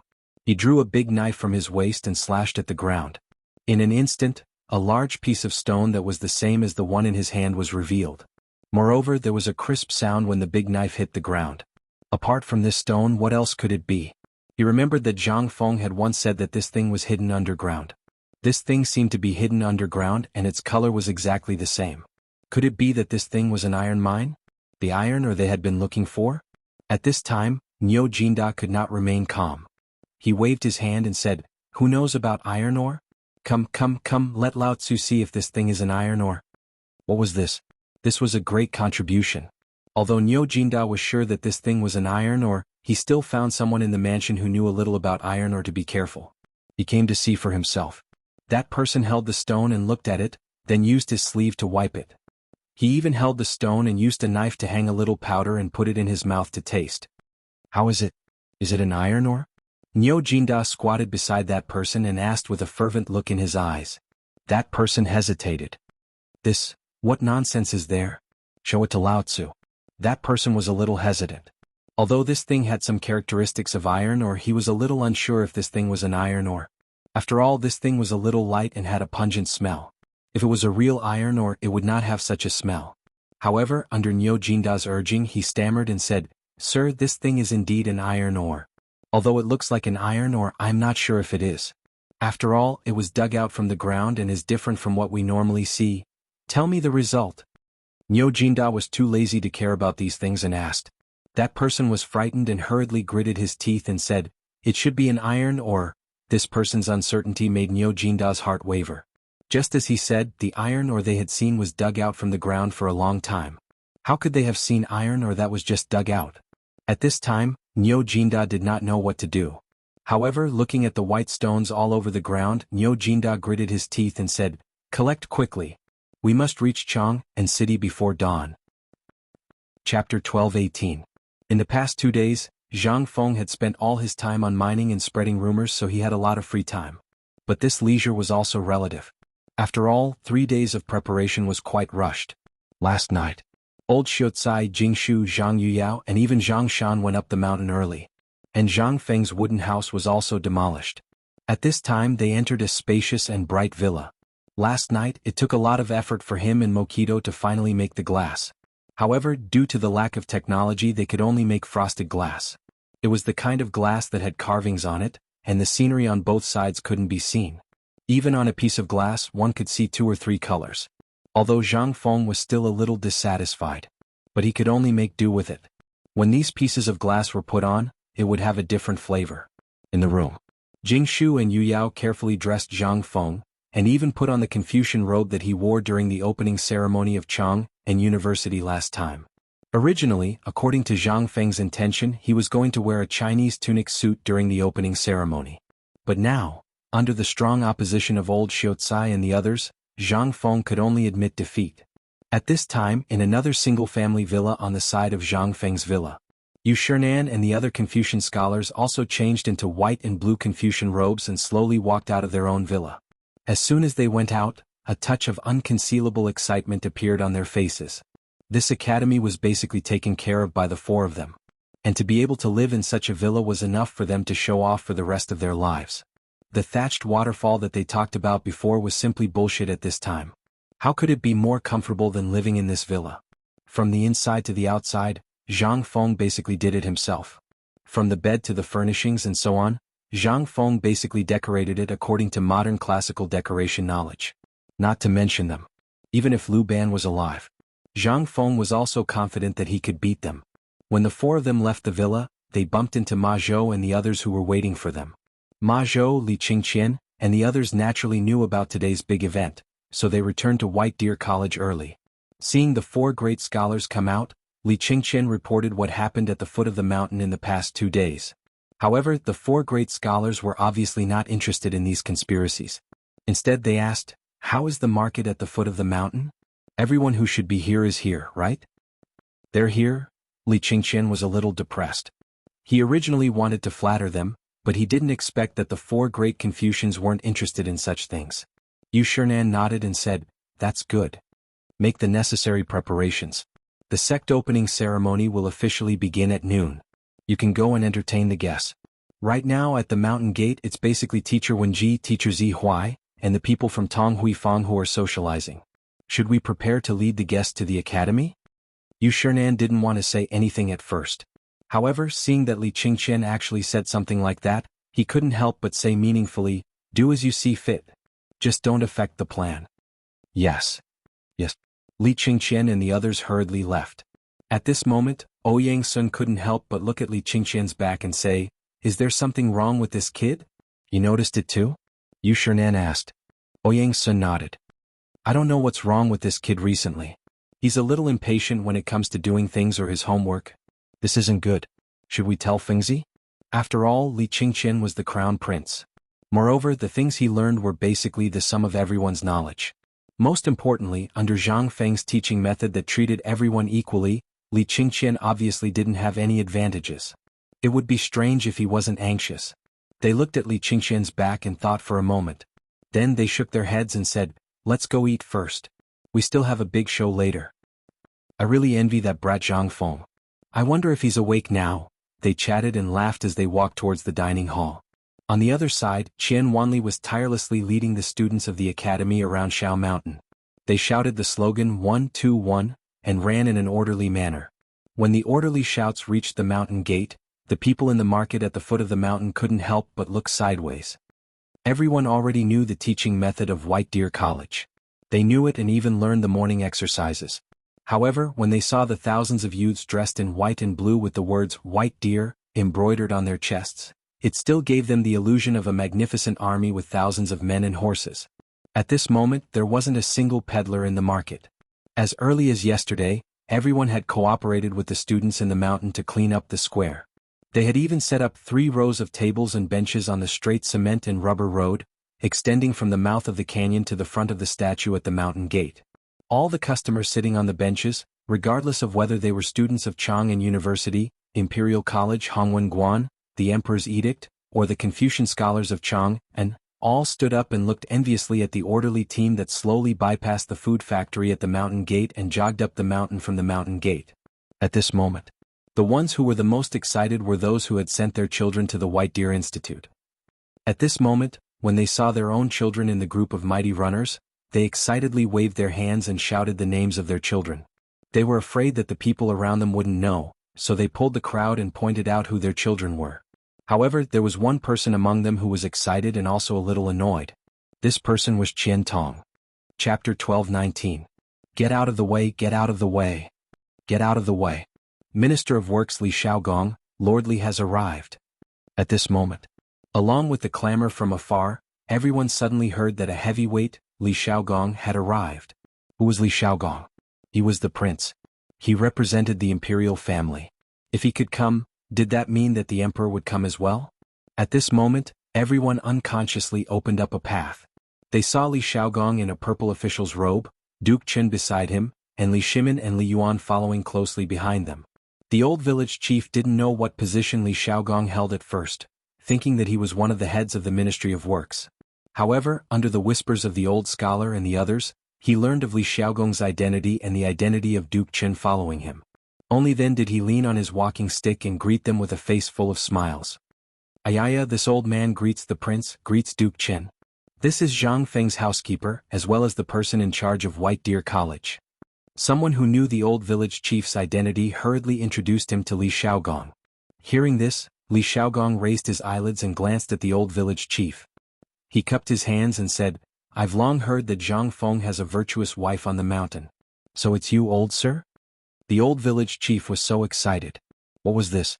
This was Prince Li Shaogong. That identity, that position, the old village chief was so excited that he almost couldn't breathe. However, Li Shaogong was just being polite.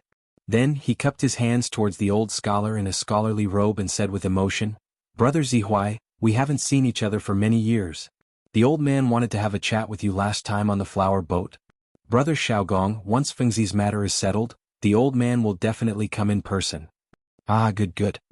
After the two of them talked for a while, they didn't dare to be careless. After all, both the emperor and the retired emperor were present. Although they were now in disguise, they couldn't be careless. "Laoli, you're here? Please come up the mountain." The old elementary scholar hurriedly bowed. This time, everyone was in an uproar. When it came to Imperial Prince Li Shaogong, he only cupped his fists. But to a merchant, how could he? You guys don't know, right? I've heard that Lao Li has a great background. White Deer College was basically funded by Lao Li.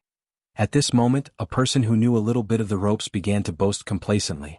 In an instant, everyone understood Li Shimin's identity. Seeing this, that person stood up complacently again and said, "You guys probably don't know who that old man is. He's the honorary vice dean of White Deer College.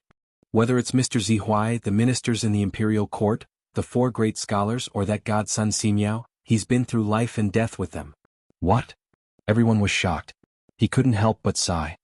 I've heard that godly Dr. Sun Simiao hasn't gone down since he went up Shao Mountain. Now that I think about it, it's true, but I heard that this is the medical course of White Deer Academy. For example, that rumor from before said that Dean Zhang personally reattached a severed leg, and even the bones were exposed. I've heard of this too. What's so strange about it? In the past, this blood exchange was just a legend. But if you guys went to the Mid-Autumn Poetry Meet, you should know that Mr. Yushan vomited blood and fainted. After President Zhang patted, pinched and rubbed him, he woke up. Isn't it magical? Everyone listened as if it was a miracle.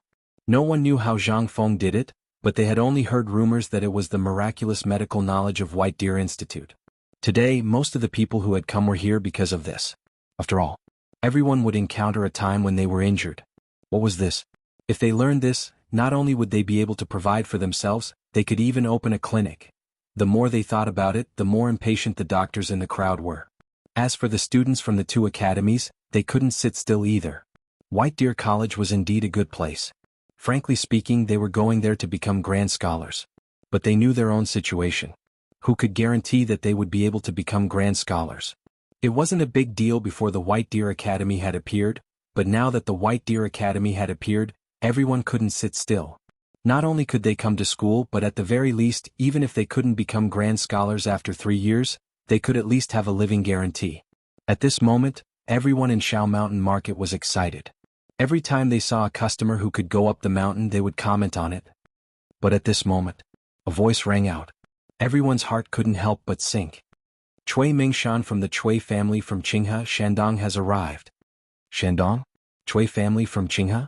Cui Mingshan? Zhaori? Isn't this the Shandong landowning family? Is he here to cause trouble? Chapter 12:20. Zhang Feng didn't know what happened at the foot of the mountain. At this time, he was speechless as he watched Jing Shu carefully trim his eyebrows and the beard around his lips with a razor. Li Qingqian and the others also came to report from time to time who had arrived. Zhang Feng was also speechless. He wanted to just let it go. But once he said so, Jing Shu would hold him down. At this time, Li Qingqian's voice sounded again. Fengzi, Mr. Bosher asked you to hurry up. Duke Chen and Prince Li are both here. Zhang Feng looked at Jing Shu and Zhang Yuyao in the mirror speechlessly and said, I say this should be enough, right? Jing Shu carefully trimmed Zhang Feng's eyebrows. Prince Zhang, you are now a great scholar. You are equal to Mr. Bosher, Duke Chen and the others. And there is a rule for the opening of the academy. You can't go out until the auspicious time. Prince Zhang must know this, right? So, I hope Prince Zhang can wait for a while. The auspicious time is less than an hour away. Please wait for a while. Zhang Feng was speechless. He took the two women's hands and said, well, you two also have a rest. I have to think about who will come later and make some preparations. What preparations do you need to make? Jing Shu was surprised. But she still sat opposite Zhang Feng obediently and asked. Zhang Feng smiled faintly and said, you just wait and see. The people of the 5 surnames and 7 clans are not fools. At this time they definitely won't jump out. But think about it, who else do I, Zhang Feng, have enemies? This time Zhang Yuyao was really confused. She didn't know anything about Zhang Feng. Everything was in a mess. She didn't know how many enemies Zhang Feng had. But in her memory, it seemed that except for the people of Guanlong and the people of the 5 surnames and 7 clans, Zhang Feng didn't seem to have any opposition to him. But Jing Shu frowned slightly and said, you mean the people of Shandong? Zhang Feng nodded. At this time, Zhang Yuyao's face changed slightly. Even if she didn't go out often, she knew about the nobles in Shandong. After all, it was the hometown of Confucius, the birthplace of the world's literature. Those landowning households, on the other hand, considered themselves to be the descendants of Confucius. To make trouble at this time. Then, involuntarily Zhang Yuyao was about to cry. She held Zhang's hand tightly and said, Prince Zhang, then, if they come at this time, the academy, don't say it, Sister Yuyao. Jing Shu hurriedly interrupted Zhang Yuyao and said, Prince Zhang will deal with this matter in this way. But last time on the Mid-Autumn Eve, they should have seen Prince Zhang's ability. Those who can come to Mount Shao at this time shouldn't be ordinary people. Zhang Feng's eyes lit up when he heard this. He really hoped that the person who came was someone important. Although he knew that those who could come at this time should be at the same level as Yu Shernan and the others, he knew nothing about the nobles in Shandong. At this time Jing Shu asked, Jing Shu, how many people from Shandong can come? The nobles in Shandong are mainly divided into the Heqing Chui clan, the Lanling Shao clan, the Langya Wang clan and the Langya Yen clan. But among these 4 clans, there are 13 officials who are above the 3rd rank in the imperial court, not to mention other official positions and the political connections they control. Zhang Feng's heart sank when he heard this. Zhang Feng really knew little about the nobles in Shandong. He only knew that the nobles in Shandong were a group of idiots who only knew about the things and jumped out to make trouble for Li Shimin. But now it seemed that things were not as simple as he thought. Officials above the 5th rank had to attend the morning court and had official positions that could cover the sky with one hand. These 4 clans had 13 third-rank officials? What did this mean?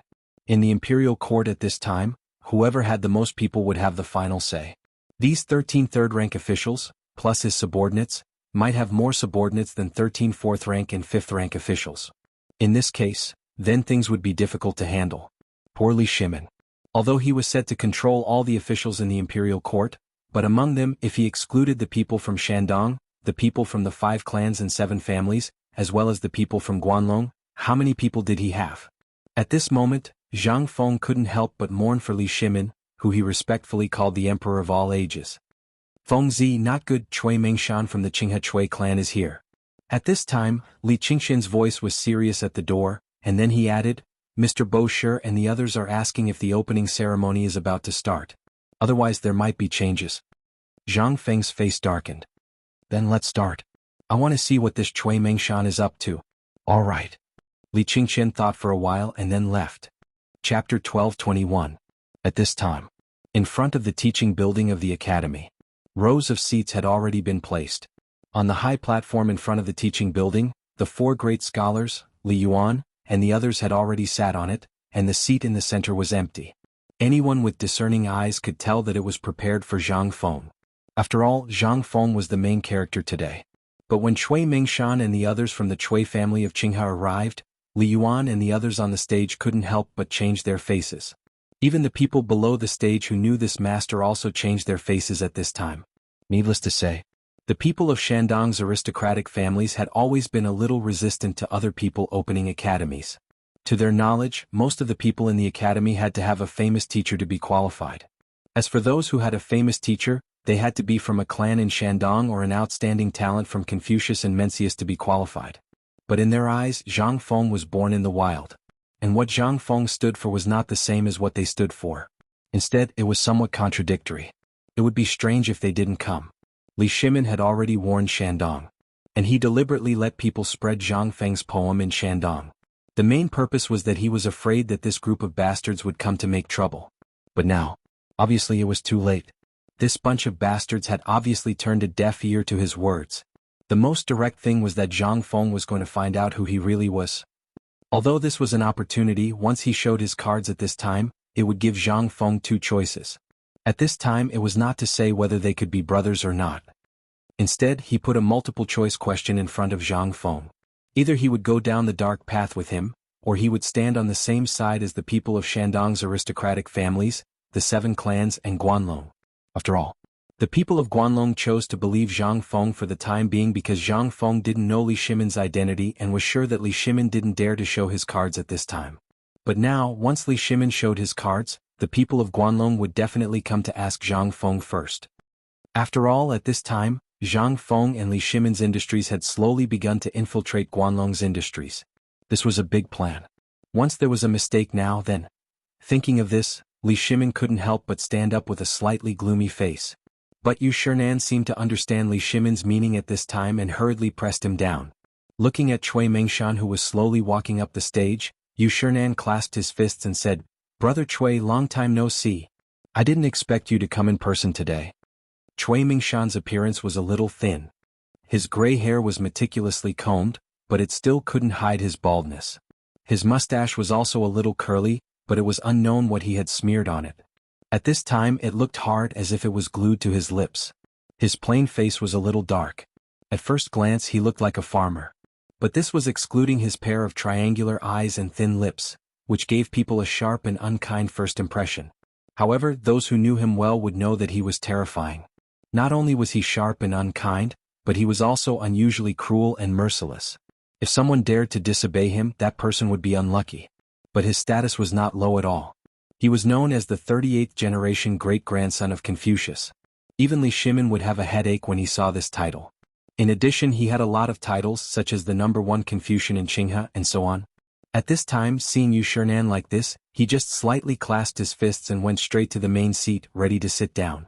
At this time, Yu Shernan stood in front of that chair unintentionally and looked at Cui Mingshan with calm eyes, saying, "Brother Cui, I didn't know you were coming, so old man specially prepared a seat for you." While speaking, Yu Shernan pointed to the chairs that two children were putting next to Ouyang Kai and Lu Hongwen. Cui Mingshan glanced at the chair sitting at the edge and squinted at Yu Shernan, saying, "Brother Bashi, old man calls you Brother Bashi for the time being. Do you think that old man doesn't deserve this seat?" This time, everyone present was in an uproar. What the hell? This old guy didn't hide it at all. Even in the main house, he did it according to the identity of a guest. Moreover, didn't he know what day it was today? What was this? This was simply a slap in the face. A naked slap in the face. Yu Shernan slowly put away the smile on his face. But at this time, the old Xiaocai and Li Shimin got up almost at the same time. They were sitting on the right side of the main seat, close to Li Yuan and Li Shimin. At this time the two got up and were just seen by Cui Mingshan. Cui Mingshan said with a fake smile, "Oh, isn't this brother Zihuai who has been hiding with his tail between his legs for many years? What, you also want to stop old man?" He didn't even look at Li Gang.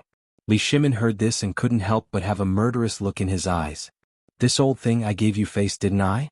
But at this time, seeing that the atmosphere was getting heavier, Duke Chinho Junji got up with a smile and said, "Brother Cui, how have you been? Come, how about sitting with old man?" Chapter 12:22.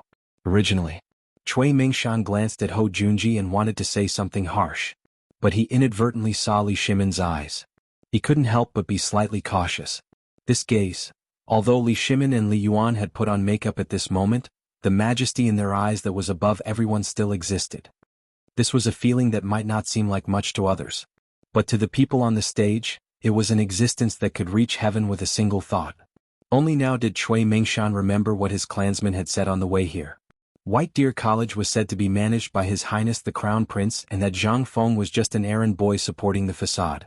But this was just to fool the outsiders. How many tricks had Zhang Feng come up with in this period of time? At this time, if anyone still believed this, they would be a true fool. As for the matter of the retired emperor being the honorary vice principal, that was even more impossible. Given the retired emperor's temper, if he came up with such a thing, wouldn't the entire world know about it? Why would he be so secretive? Thus, Cui Mingshan didn't believe it before coming, even snorting in disdain. But now, after seeing Li Shimin's eyes, he hurriedly rubbed his eyes and looked at the old man sitting next to him. The sense of danger in his heart grew stronger and stronger. Could it be the emperor and the retired emperor? But that wasn't right. If it was the emperor and the retired emperor, how could they not step forward after he had said such harsh words? Moreover, where was the crown prince? Wasn't it said that this was something the crown prince came up with? Where was the crown prince? This feeling only lasted for a moment. Cui Mingshan took a deep breath, clasped his fists, and then sat down on Ho Junji's seat. Ho Junji chuckled, but no one knew what he was laughing about. And Ho Junji had long since wanted to sit next to Li Yuan. This made him extremely uncomfortable, as if there was a dagger on his back. But now it was fine. Since someone had taken the initiative to stir up trouble, he would let that old fellow do as he pleased. Let's see if the emperor and the retired emperor wouldn't kill him after this. Cui Mingshan was also nervous. But this was exactly what he wanted. If his guess was true, then he would expose the identities of the emperor and the retired emperor in front of everyone today. With this as a threat, he was not afraid of what the emperor and the retired emperor would do. If it wasn't what he was thinking, he would have exposed the lies about White Deer College. In short, he had Zhang Feng under his thumb today. Once the academy was opened, it would be a disaster for the Shandong landowning households. Originally, the Imperial College and the Hongwen Guan School were the places that they, Guanlong, and the 5 surnames and 7 clans had all tacitly agreed upon. But after this kid appeared, everything changed. From the beginning of the Locust Plague, when Shandong opposed the emperor's unbridled aid to the Longyu Dao and ignored the disaster in Shandong, the emperor had already cleaned it up. From that time on, the emperor seemed to have intended to do so. He paid special attention to the Hongwen Guan School and the Imperial College. But unexpectedly, during the mid-autumn hunt, this bastard Zhang Feng had used some unknown method to bribe Guanlong's men. Then, as if they had gone crazy, these people used all the things that this kid had created in the Imperial College and the Hongwen Guan School. This inevitably sounded the alarm for the Shandong landowning households. For Guanlong, their main business was business, so what happened to the 2 academies had nothing to do with them. But it was different for the 5 surnames and 7 clans in Shandong. Once this place was out of control, it would be troublesome in the future. Therefore, after discussing with the 4 great clans, he was willing to come out of the mountain and meet this kid. If this kid knew what was good for him, then so be it. But if he didn't, then, at this moment, Chen Wanli's shouts were heard in the square. Once again, the gymnastic exercises were performed in unison in the huge square. The 8th set of radio gymnastics is ready to begin. Stretching exercise.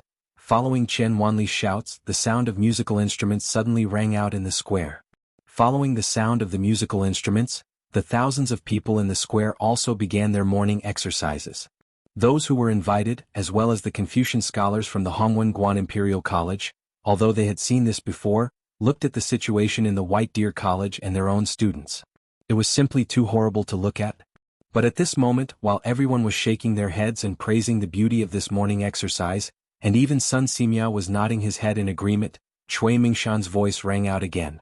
What nonsense is this? The academy is not like other academies. This is just a trick for fun. How can this be considered the main topic of the academy? However, just as everyone was raging, Zhang Feng's voice slowly rang out beside them. May I know who this old man is? I remember that he wasn't within the scope of my invitation? Chapter 12:23. Fengzi. Ding. President Zhang. Brother Xian. At this time, everyone noticed the arrival of Zhang Feng. At this time, Zhang Feng was dressed in a white Confucian robe. Under the white jade ancient character hairband, his hair fluttered slightly in the wind. On his handsome cheeks at this time under this outfit he looked even more ethereal. Without waiting for Zhang Feng to speak, Li Yuan and others greeted Zhang Feng first, as if Cui Mingshan did not exist at all. Haha kid, why are you only here now?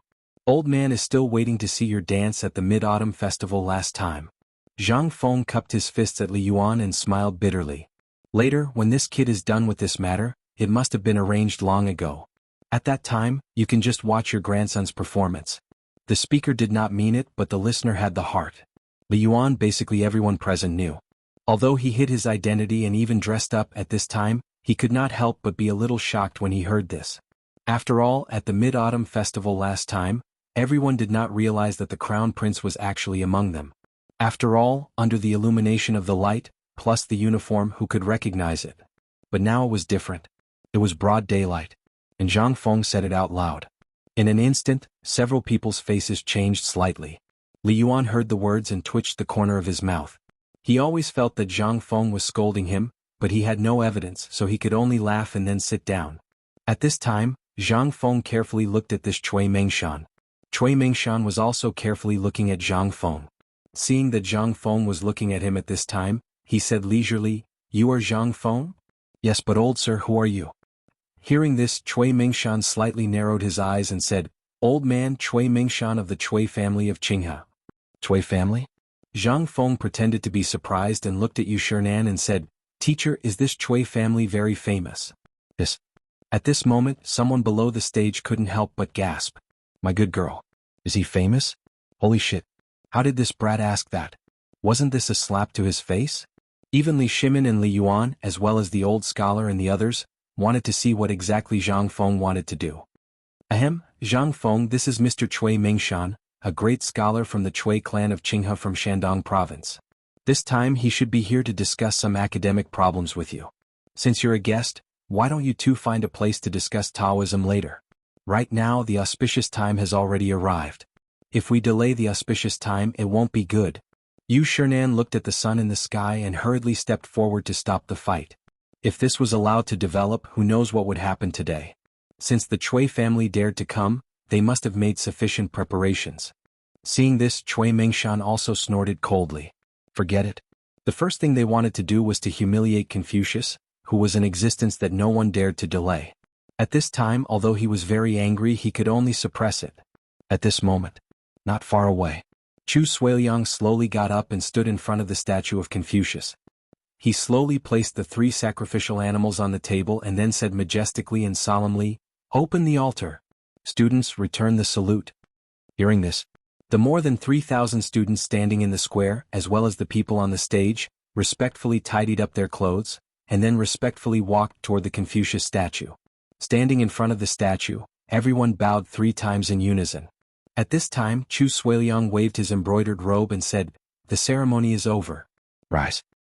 Zhang Feng, a Confucian disciple of Confucius, come forward. Salute. Zhang Feng was very disgusted with these vulgar salutes. But he had no choice. These were all necessary.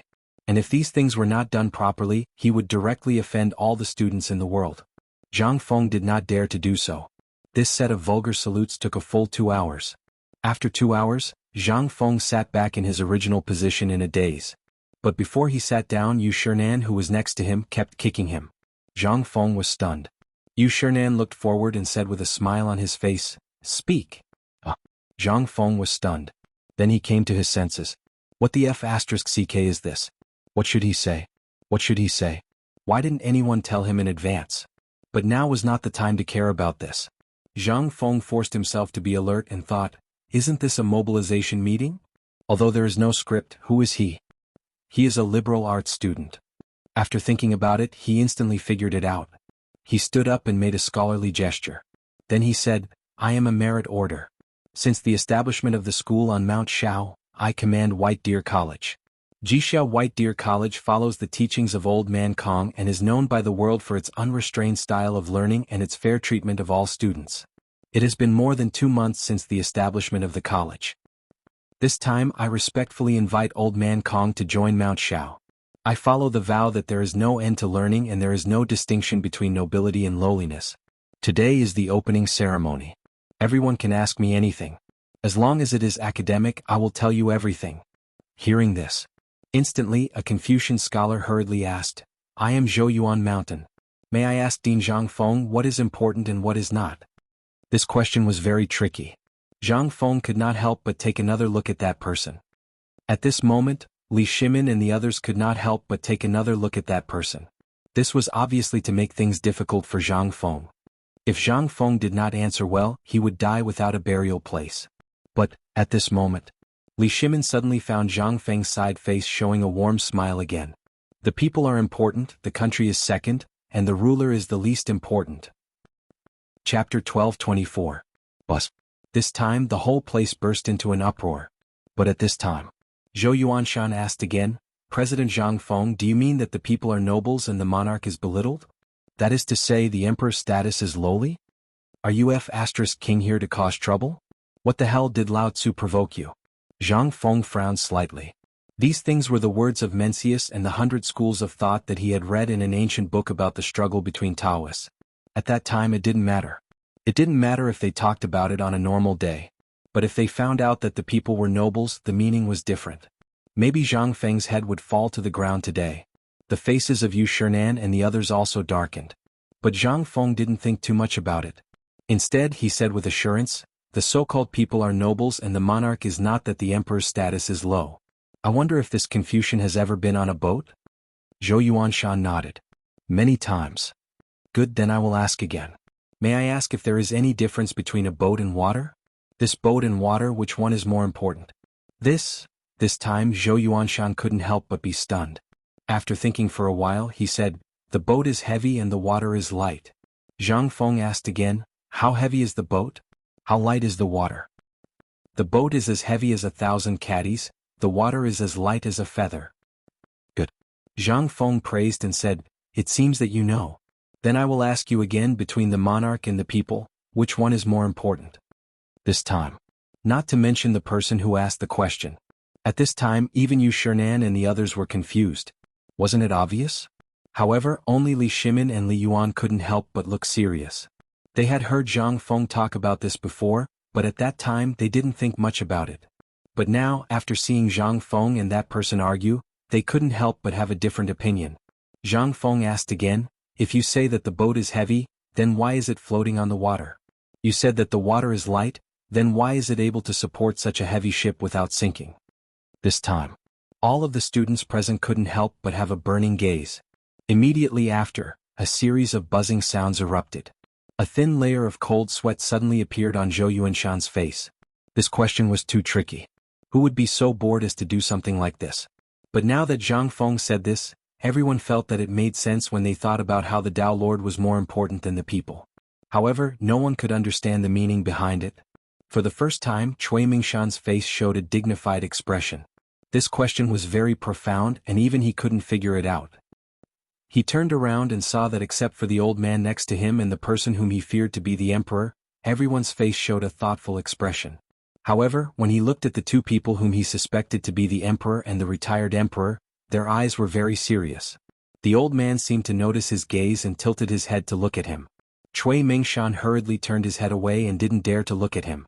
After a while, Zhou Yuanshan couldn't help but hurriedly bow and say, "Dean, please enlighten us." "Good. You're worth teaching."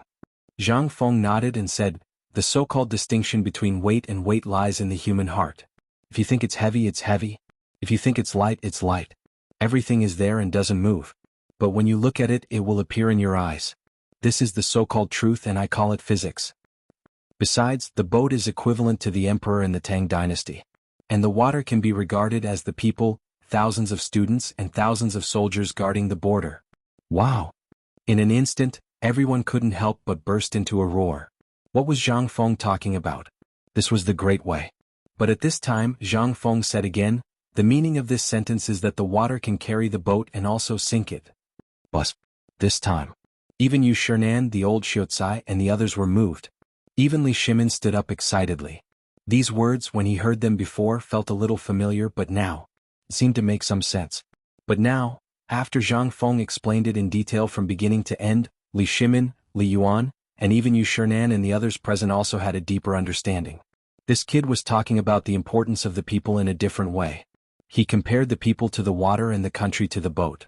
The water can carry the boat and also sink it. This was such a simple truth. Why didn't they think about it before?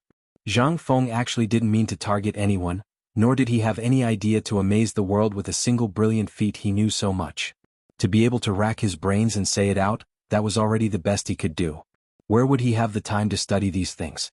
Every day this and that, he was so busy that he couldn't get away. At this time he didn't care whether the people understood or not. It was best if they could be confused. Seeing that many people wanted to ask questions, Zhang Feng hurriedly waved his hand and said, "I know that everyone has a lot to say, but this matter can only be understood and not explained in words. In fact, everyone has their own answer in their heart. What is the water? It is all things. What is the boat? It is also all things. So all things should have their own track. You can understand it by yourself." When everyone heard this, the corners of their mouths twitched. What kind of logic was this? They couldn't even ask. Chapter 12:25. However, at this moment, Cui Mingshan stood up and said, "Old man has a question." Everyone's eyes lit up when they heard that. Zhang Feng was waiting for this old man to ask, so he made a gesture of invitation. Cui Mingshan asked, "May I ask what is the key to the world that is plagued by endless wars?" This was blatantly stirring up trouble. Wasn't he trying to set a trap for Lao Tzu by saying that the emperor was not benevolent? Li Shimin and the others' eyes also changed slightly. For a long time, the people in Shandong had thought that he was a soldier and did not have the temperament of a scholar. They even criticized some of the things he had promulgated. Now he was going to say this in public?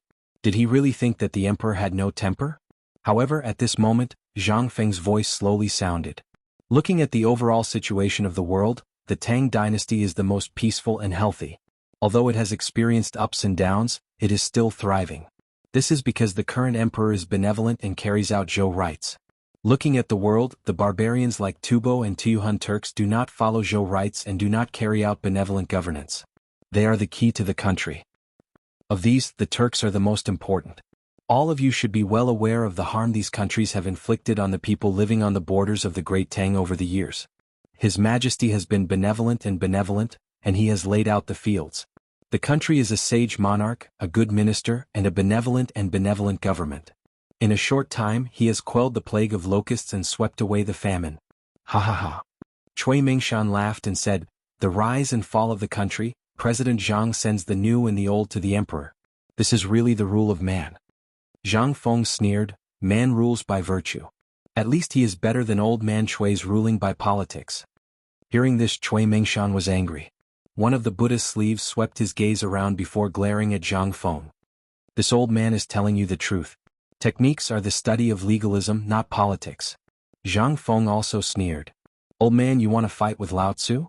You're still too inexperienced. Such legalism is the study of troubled times. We follow the teachings of Confucius and Mencius. What we learn and ask is the way of governing the world with benevolence and righteousness. The so-called benevolent governance is what we are doing now. Generally speaking, our college's aspiration is to spread the concept of benevolent governance. This time, everyone was in an uproar.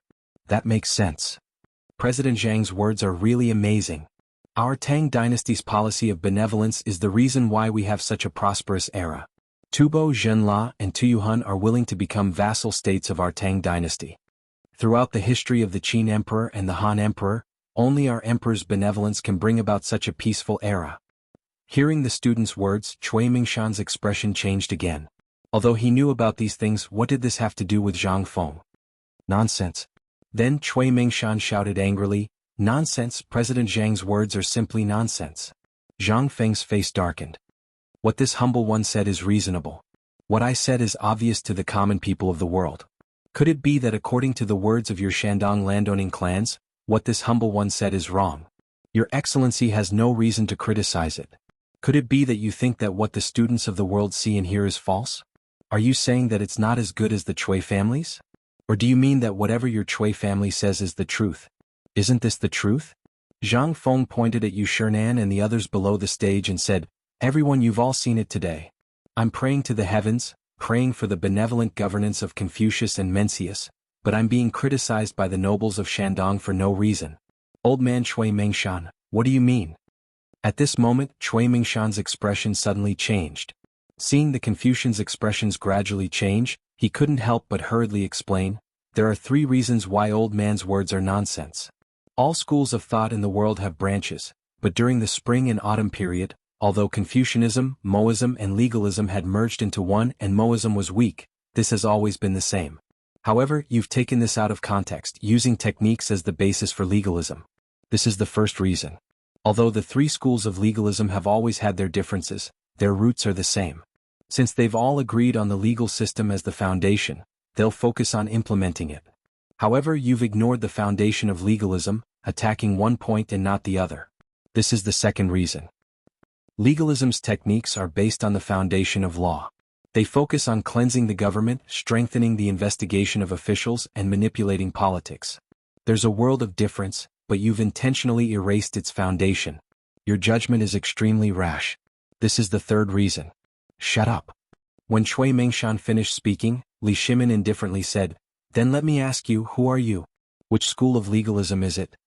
This time, Li Shimin was truly enraged. Why did such a thing come out of the opening ceremony to stir up trouble? Although it was fine to discuss the Tao, it was the Shandong landowning household that didn't know what was good for them. When Yu Shernan heard this, he stood up and said, "Dare I ask Brother Cui, your Shandong landowning household's original intention is to pass down the Confucian Tao. Have you also been researching the legalism school of thought? Furthermore, the old man and the others have been on the mountain for more than a month. What they've seen and heard, as well as what White Deer College has done, is there anything wrong with it?" Zhang Feng finally let out a sigh of relief. Son of a bitch. In this aspect he really couldn't win against this damned old man. If not for Lao Li and Yu Shernan continuing the conversation, he really wouldn't know what to say. However, when Yu Shernan said this, Zhang Feng instantly knew what to say next.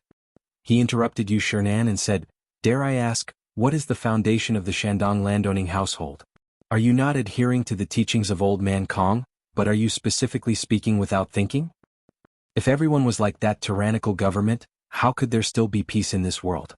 You can go and take a look at my White Deer College. When you're in Chang, and you can ask around. We're always pushing the new and getting rid of the old, but we're mostly teaching and educating people. We're not talking about the Tao of the world anymore. Instead, we're doing things. When I gave up my family's fortune to save the victims of famine, have I ever done it for myself? Zhang Feng made white paper, braised meat, and beer. Which one of them didn't benefit the country and its people?" This time, Cui Mingshan's expression changed. He was speechless. Zhang Feng took the opportunity to step forward and said, "I, Zhang Feng, have never been as good as any of you. However, in terms of conduct, in terms of standards, I, Zhang Feng, believe that your Shandong landowning household is nothing compared to me." 1. Chapter 12:26. All the students and Confucians were in an uproar. What they had learned, what they had seen and heard all day long, which one of them was not the way of governing the world? Everyone wanted to use what they had learned to change this dynasty, to be able to become a scholar of their own in this era, to be able to bring happiness to the common people was their dream. Just now, Zhang Feng and Cui Mingshan's discussion. They could not help but open a door for everyone. It had even decided the outcome of the Dao debate. At this moment, Cui Mingshan listened to the noise and the questioning eyes. He could not help but taste blood in his mouth. A trace of blood hung on the corner of his mouth. When Zhang Feng saw this, he smiled slightly and moved closer to Cui Mingshan, saying, Zhang Feng would like to give Shandong another piece of advice. The way of governing the world is no longer empty talk but practice. Whether it is the rule of law or the rule of men who can make the people rich no longer live a bitter life, no longer receive unequal treatment, and make the Tang Dynasty prosper day by day, become a powerful country and enrich the people. This is the right way. Otherwise, it is just empty talk and will affect the world. Just like the war in the surrounding area. Can Shandong give a reasonable solution? Could it be that you can only use your impeccable looks to preach and discuss Tao with those barbarians? Or do you want to influence them? If that's the case, then I, Zhang Feng, dare to say that in less than 10 years, your ideas will definitely be abandoned by the general trend. The days are moving forward and the steps are moving forward. We have to set our sights further. Don't come to the research area with ancient books and research every day. It's not wrong to abide by the rules, but what are we? We are educators. Our vision must be longer than anyone else's. Only in this way can we educate the next generation of people who are more outstanding than us. Only in this way can all the people of the Tang Dynasty really stand tall and be respected by the world. People are kind by nature, just like that dog. If the person he follows is kind, then he can guard your house and protect your life. But if he follows an evil person, then he's a demon by your side. Man is born good. You don't need me to tell you these things again, do you? Puff. In an instant, Cui Mingshan couldn't hold it in any longer. He spat out a mouthful of blood, reflecting sparkling and translucent light in the sun. At this time, everyone in the square widened their eyes and looked at Zhang Feng in horror. Zhang Feng ignored the unconscious Cui Mingshan. Instead, he walked over to the statue of Confucius and bowed 3 times. Sun Simiao called over 2 working students and hurriedly carried Cui Mingshan away. At this moment, Zhang Feng said loudly again, and I, Zhang Feng's academy, don't care about factions. Here there is only the righteous path. At this moment, the Confucians could no longer sit still. One after another they asked, Dare I ask Master Zhang, you said that people's hearts are good by nature, but if they are all good, then why do we need laws? Yeah. The distinction between good and evil is not easy to distinguish. Master Zhang, please enlighten us. In an instant, all the Confucians bowed down to Zhang Feng. At this moment, everyone really recognized Zhang Feng's identity as a great Confucian. Li Shimin and the others also looked at Zhang Feng with some horror. They thought that Zhang Feng would be in big trouble this time, but now it seemed that he didn't need to do anything. At this time he and Li Yuan looked at each other, and the two looked at each other and laughed. Yu Shernan patted the old scholar's shoulder and said with emotion, Brother Zihuai, did you teach Fengzi all this? The old scholar said with a dignified expression, Didn't you teach him this? At this time, several people's expressions were sluggish. They glanced at Zhang Feng and then looked at each other, and then burst out with gratified expressions. Let's watch the show and see what else this kid knows. Yes, haha, I really didn't know that this kid had to be squeezed. If you don't squeeze, you'll never know that this kid knows so much. At this time, Zhang Feng's voice interrupted the whispered conversation of several people. Seeing that the situation was under control, Zhang Feng also restored the feeling that everything was under control. He paced slowly and said, Evil. Because of human nature there is a legal system. People in the world are born for profit, so there is a struggle for wealth and land. Because of greed there are bandits and violent killings.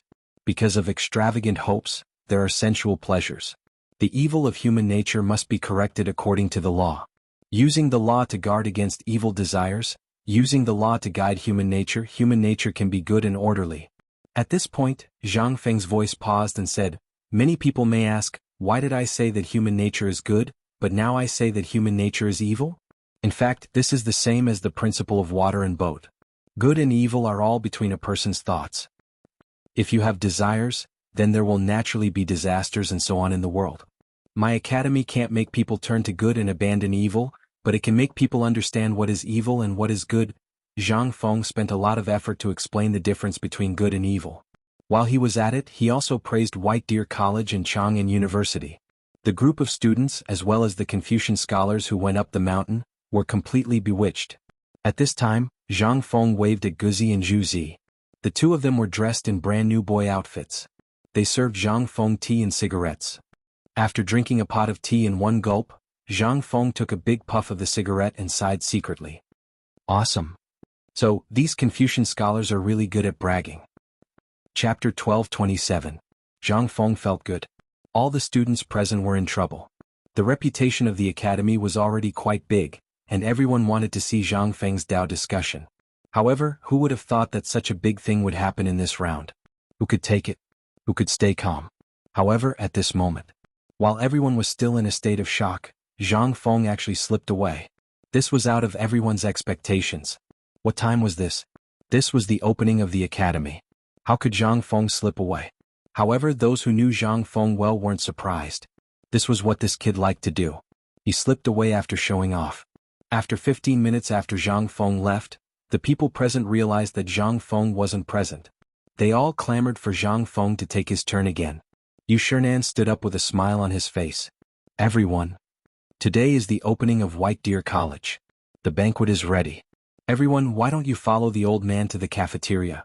If you have anything to discuss, we can talk about it later. Yu Shernan's status was there for all to see. Now that he had spoken, who would dare to defy him? Not only that, it was rumored that the architecture of the White Deer Institute was unique, and the canteen was even more majestic and magnificent compared to the imperial kitchens in the imperial palace.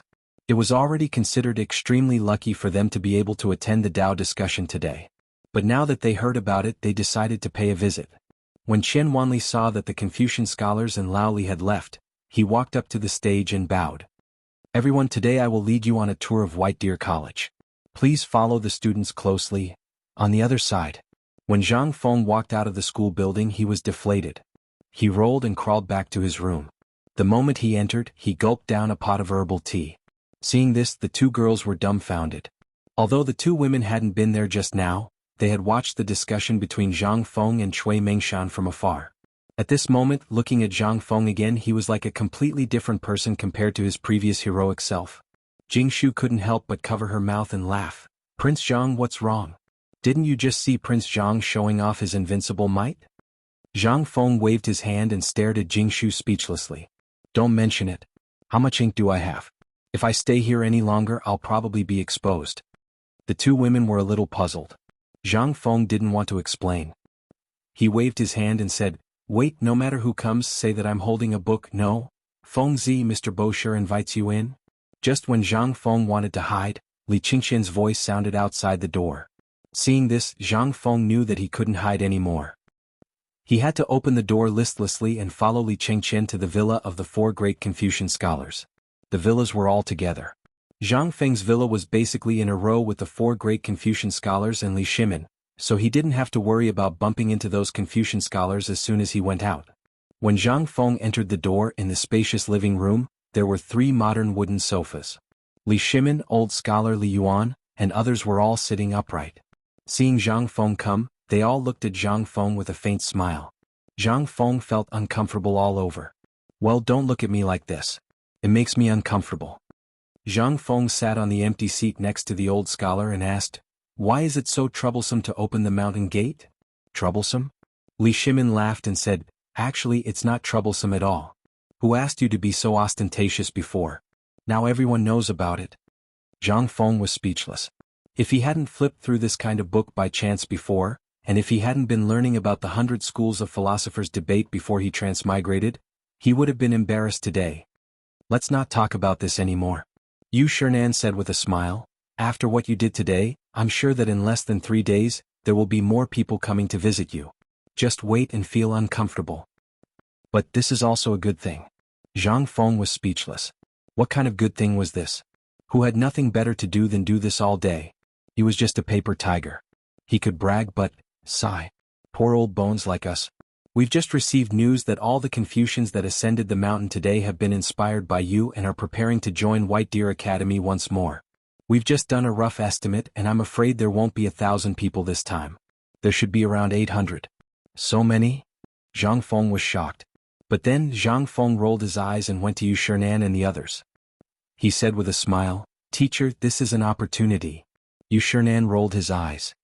What opportunity? It's time to expand the teaching staff of our college. After Zhang Feng finished speaking, Yu Shinan and the others' eyes lit up. That's right. Whether it was Chang'an University or White Deer College, there was a serious imbalance in the teaching staff. Even with Ma Zhou and the others joining, they couldn't handle it in a day. However, although most of these Confucian scholars were mediocre, there were some who were outstanding. This way. It was really a good idea. At the thought of this, Li Shimin couldn't take it anymore. Seeing that they were discussing, he waved his hand and said, Gizi, immediately spread the news that Zhang Feng said that he's going to recruit a few teachers for White Deer College and Chang'an University. Chapter 12:28. Emperor Yang of Sui's sword finally lay in Zhang Feng's arms. After yesterday's opening ceremony, Li Shimin reluctantly gave it to Zhang Feng. At this point, Zhang Feng had been hiding in a gentle place, unwilling to show himself. The four great scholars were busy handling the matters on and off the mountain. Although they had some complaints, looking at the mountainous pile of congratulatory gifts, the newly recruited students and the teachers, their faces were full of smiles. The matters of White Deer College had been settled. On the first day he was busy inviting everyone to tour the mountain, tour the teaching methods and so on. At night he hosted the evening activities. Zhang Feng was coaxed by Li Qingqian and the others to come out. Today it was dusk time. Only then did the noise on the mountain slowly dissipate. Li Yuan and Li Shimin were furious because of Cui Mingshan's matter. On the first day they left the mountain early, accompanied by Li Qingqian and the others. Zhang Feng didn't know why they were in such a hurry. However, after Yu Shinan got drunk, Zhang Feng vaguely heard that Shandong was going to be in trouble. However, this didn't concern Zhang Feng. He had always dealt with whatever came his way. At this moment, Zhang Feng sat on the balcony, looking at the waterfall under the setting sun. He closed his eyes and dozed off. Jing Shu was gently playing the guzheng beside him. Zhang Yuya was also looking at Zhang Feng. No one knew what she was thinking. However, she also took over the glorious mission of Guzi and Juzi. At this moment she tirelessly massaged Zhang Feng's shoulders. However, such a good thing didn't let Zhang Feng enjoy it for long. At this moment, a burst of noise forced Zhang Feng to stand up. Who are you? This is the Villa District. You can't enter without an identity card.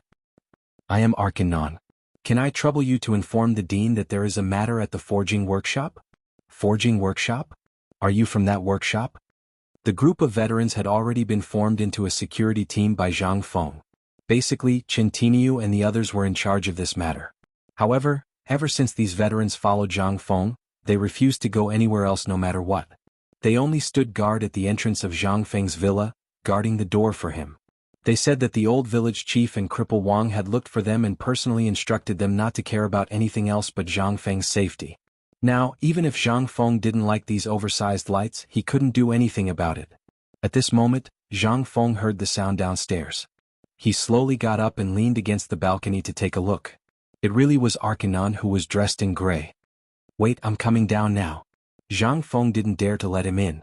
Even though he had ordered these people to bathe every day, the smell on his body was still enough to kill a cow. Zhang Feng went downstairs and asked at the entrance of the villa, "What's wrong?" "There's no more iron." Arkanon sighed.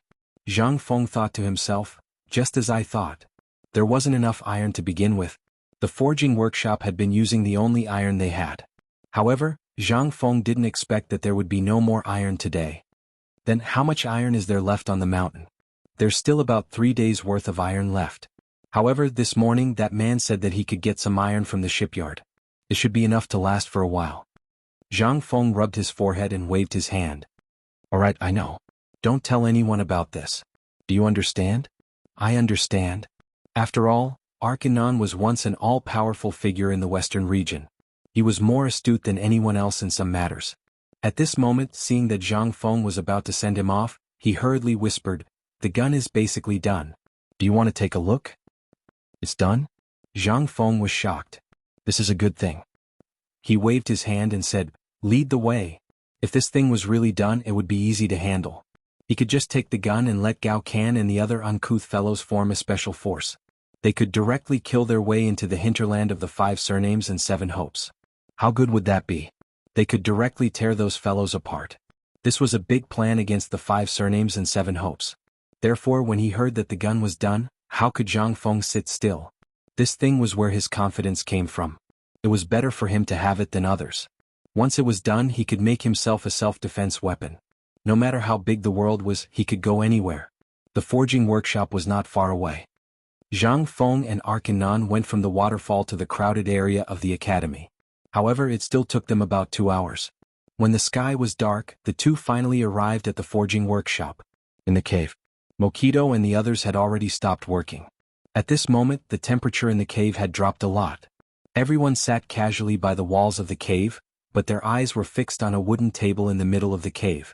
On the large wooden table, there were piles of parts of a type of gun that they had learned from Zhang Feng during this period of time. Beside the wooden table, there were dozens of oil lamps, which lit up the cave as if it was daytime. At this moment, when the two of them entered the cave, everyone hurriedly stood up and looked at Zhang Feng excitedly. Chapter 12:29. The next morning. On the cement road at the foot of Mount Shaoli. A team of dozens of people was driving more than a dozen carriages to Mount Shaoli slowly. The carriages emitted a nauseating smell along the way. Niu Jinda was sitting on the back of the horse at this time. He was weak and dizzy as if he was drunk. The people behind him were even worse off. Many of them were lying on the carriages like dead dogs. Their faces were ashen. Originally, Niu Jinda had planned to come back when Zhang Feng opened the hospital yesterday, but he didn't know what had happened. Since that night, his team had felt that something was wrong, so he didn't know why. At first, the team basically had abdominal pain and vomiting. Everyone thought they had eaten too much game. But since yesterday morning, even Niu Jinda, who was as strong as a bull, was exhausted.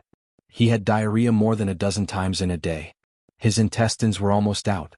He didn't dare to go to Chang'an City. It was shameful. As for the military camp, Niu Jinda also ignored it. Right now, the most important task was to throw these plague god iron ores to Zhang Feng, and then let that brat show them what the hell was going on. In the morning, the market at the foot of Mount Shaoli was already noisy. And the patrolling soldiers, after seeing the appearance of Niu Jinda and others, almost thought they had encountered some bandits. They didn't dare to be careless. When they hurriedly spread the news, they also took over the people who were escorting the carriages. They even hurriedly carried them to the mountain with stretchers made of bamboo and clothes. Niu Jinda felt very ashamed.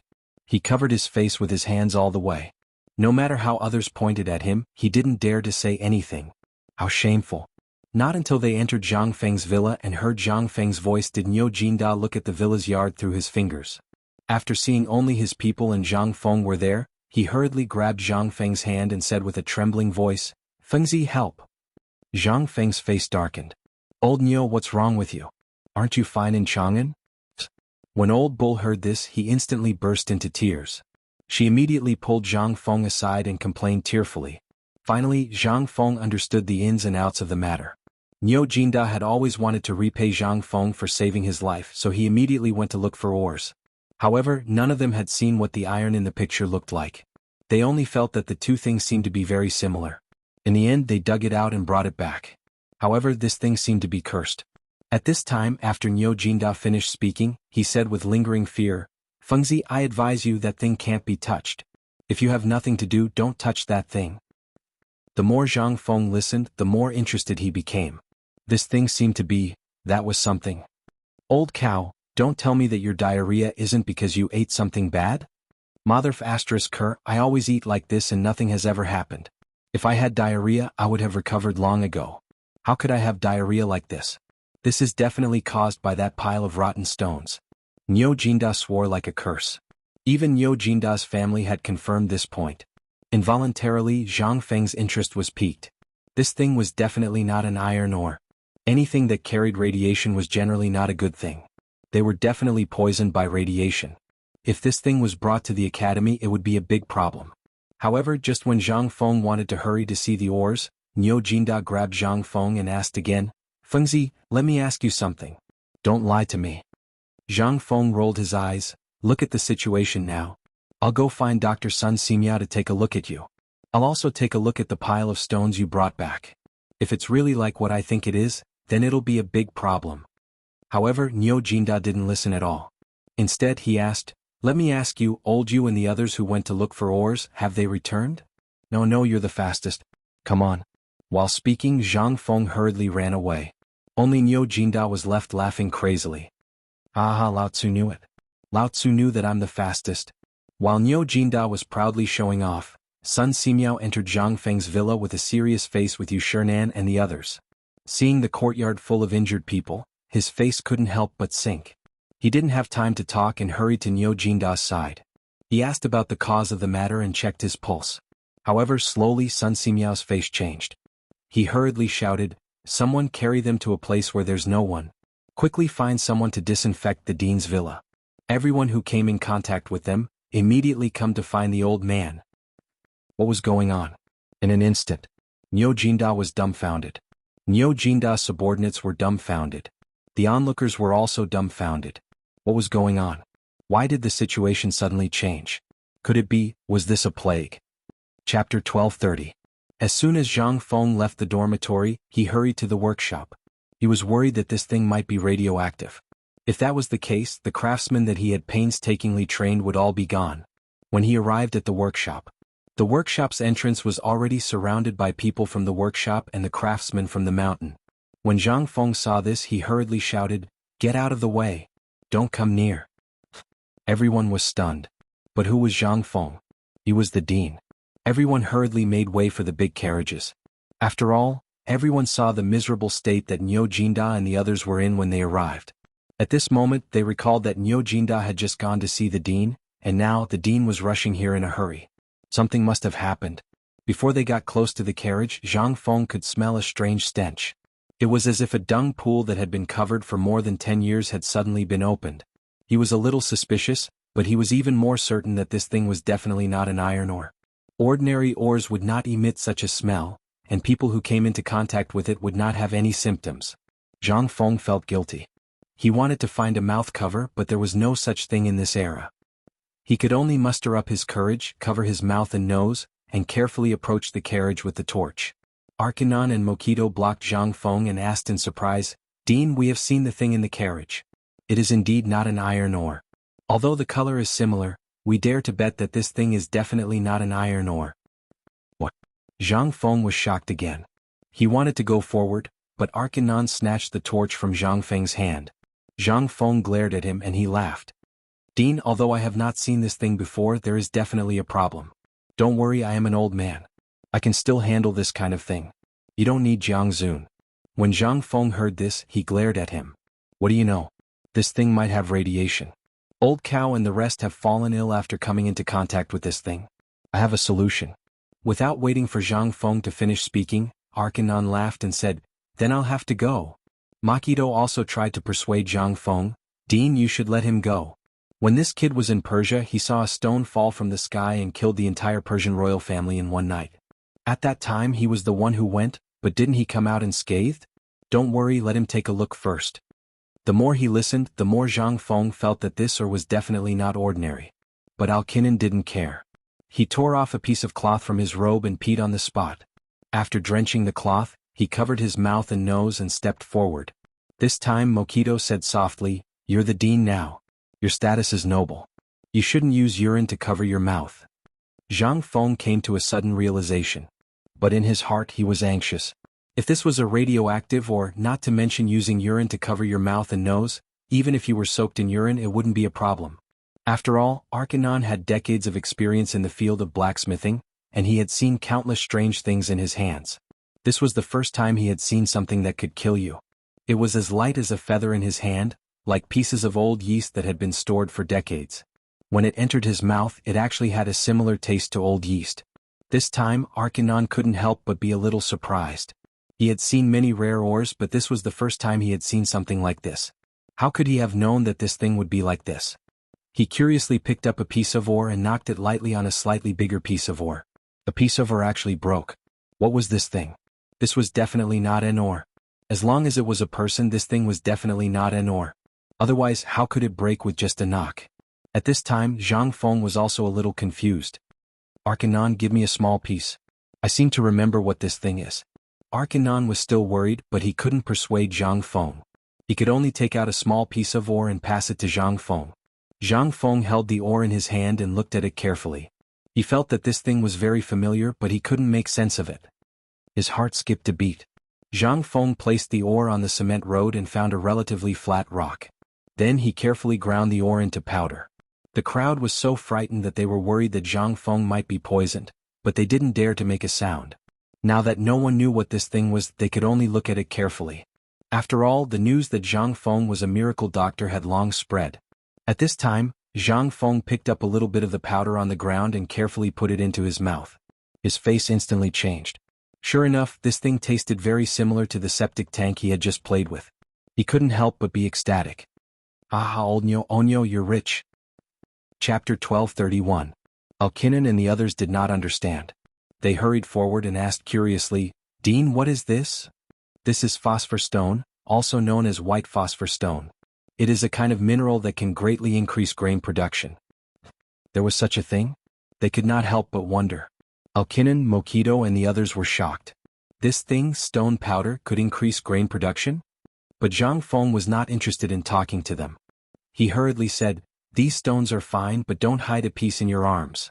If you touch it for a long time, it will make you have diarrhea and vomit. If it is serious, you will die. Hearing that, Alkinon stepped back. But he did not understand what Zhang Feng meant. On the one hand, this thing could increase grain production, but on the other hand, it would make people die. What was this thing? Could the grain that was grown be eaten? But when they thought of Zhang Feng's magical things, they became indifferent again. Arcanon looked at Zhang Feng's torch that was getting further and further away in the darkness and sighed. The Tang Empire is really vast and rich in resources. We are now the people of the Tang Dynasty, right? Mokito patted Alkinon's shoulder and asked. Then the two of them could not help but laugh. On the other side, when Zhang Feng returned to the dormitory area, he couldn't help but be shocked by this operation. Old Cow and the others, who were originally in the courtyard, were nowhere to be seen. At that moment, there was raging smoke inside and outside the courtyard. Upon closer inspection, it was actually the smell of lime powder, sulfur grass, and mugwort.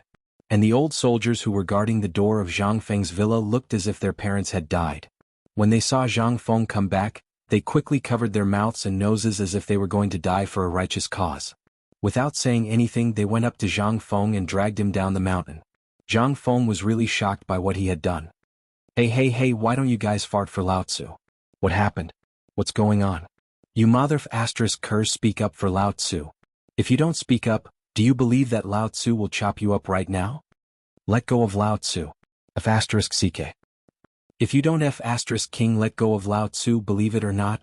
Director, please don't shout anymore. This is Dr. Sun's order. He said that this thing is the god of plagues and that everyone has been infected by the plague. We're trying to get you to stay away from the plague. The leading veteran shouted in a hoarse voice, as if he had been choked by the smoke. At this moment he said again, Dean, we have already sent the 2 deans' wives down the mountain. Now we will send you to the mountain gate. Please don't shout or you will cause panic. Plague? Send him down the mountain? Panic? What the F asterisk CK is going on here? Let go of me. Where did this plague come from? Lao Tzu is a miracle doctor. I have already investigated. This is not a plague at all. Let go of me. Otherwise, if something happens to Lao Tzu and the rest, you guys will wait for Lao Tzu. Hearing this, the few men who were carrying Zhang Feng were stunned and stopped in their tracks. It's not a plague? Director, don't worry about this matter. We all heard that Lao Tzu brought more than 50 good brothers. Now only a dozen of them have returned. Those 20 brothers all died inexplicably because of this. And they died right outside Chang'an City. When they entered the city, they didn't even dare to go through the main gate. They took a detour. They were all veterans. Naturally, they knew Niu Jinda. Moreover, some of Niu Jinda's subordinates also knew him. At this moment, looking at these old brothers who didn't die on the battlefield but died in such a sullen manner, and some of them were even waiting for death in so much pain, they couldn't help but feel a little sad. Zhang Feng saw that he couldn't win against them. He could only swear and swear. Think about it. Do you think I will lie to you? Lao Tzu is my brother. I can't just ignore him, right? Moreover, I am also a miracle doctor. You guys have seen me before. If I go now, they may still be saved. However, if I delay any longer, even if the gods come down to earth, they won't be able to save them. Hearing this, after weighing the pros and cons, they hurriedly carried Zhang Feng to the lime kiln at the mountain behind the waterfall. The miracle doctor was indeed a miracle doctor. At this time he was actually able to think of this point. He was really decisive. However, this scared Niu Jinda and the others. They didn't know what was going on. They didn't know what would happen either. However, what awaited them was the scorching hot air in the air, which made them feel even more uncomfortable. But at this moment, Just as Sun Simiao was about to give them a blood transplant according to Zhang Feng's method, Zhang Feng had already rushed over. As he walked, Zhang Feng hurriedly shouted, "There's a mistake. Don't do it. It's okay. They're fine." When everyone heard this, they couldn't help but look at Zhang Feng. Niu Jinda struggled to get up from the pile of straw and shouted, "Brother, help!" Chapter 1232. Sun Simiao was a little suspicious. But he also believed in Zhang Feng's medical skills. He hurriedly told Zhang Feng what he had just found out. Zhang Feng couldn't help but interrupt Sun Simiao.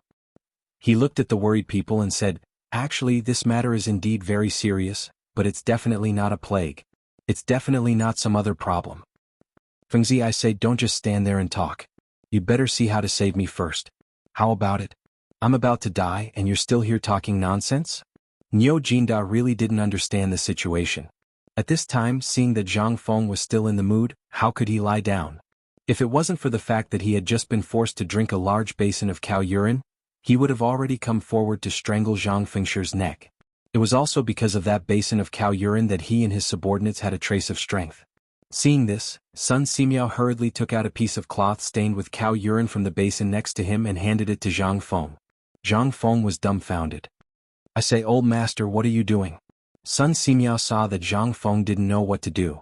He could only point to the cloth under their noses and said, "This thing is good for killing viruses and isolating the plague.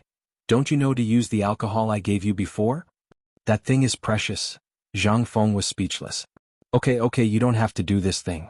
You don't feel embarrassed, but I feel uncomfortable. This disease is not contagious. Just wait and see." Now Sun Simiao was even more confused. But still he chose to believe in Zhang Feng. Zhang Feng waved his hand and ordered people to carry everyone back to the house in the villa area. Now that Jing Shu and her daughter had gone down the mountain, the house was very big and ventilated. Such a problem was obviously phosphorus poisoning. If it was a big problem, it was indeed a big problem. But if it was a small problem, it was also a small problem. Sun Simiao asked worriedly, "How are you going to save them now?" Sun Simiao asked after they were all on the floor. "Bring me a few jars of vinegar." Zhang Feng looked at Niu Jinda and said. When she said that, Niu Jinda's eyes widened. "What's vinegar for?" "Here you go." Niu Jinda was about to go crazy. If it wasn't for the fact that Zhang Feng's expression was very cautious, he would have thought that this brat was messing with him. Most importantly, he had just drunk a large basin of cow urine. If he were to drink vinegar now, thinking about it, Niu Jinda felt like dying.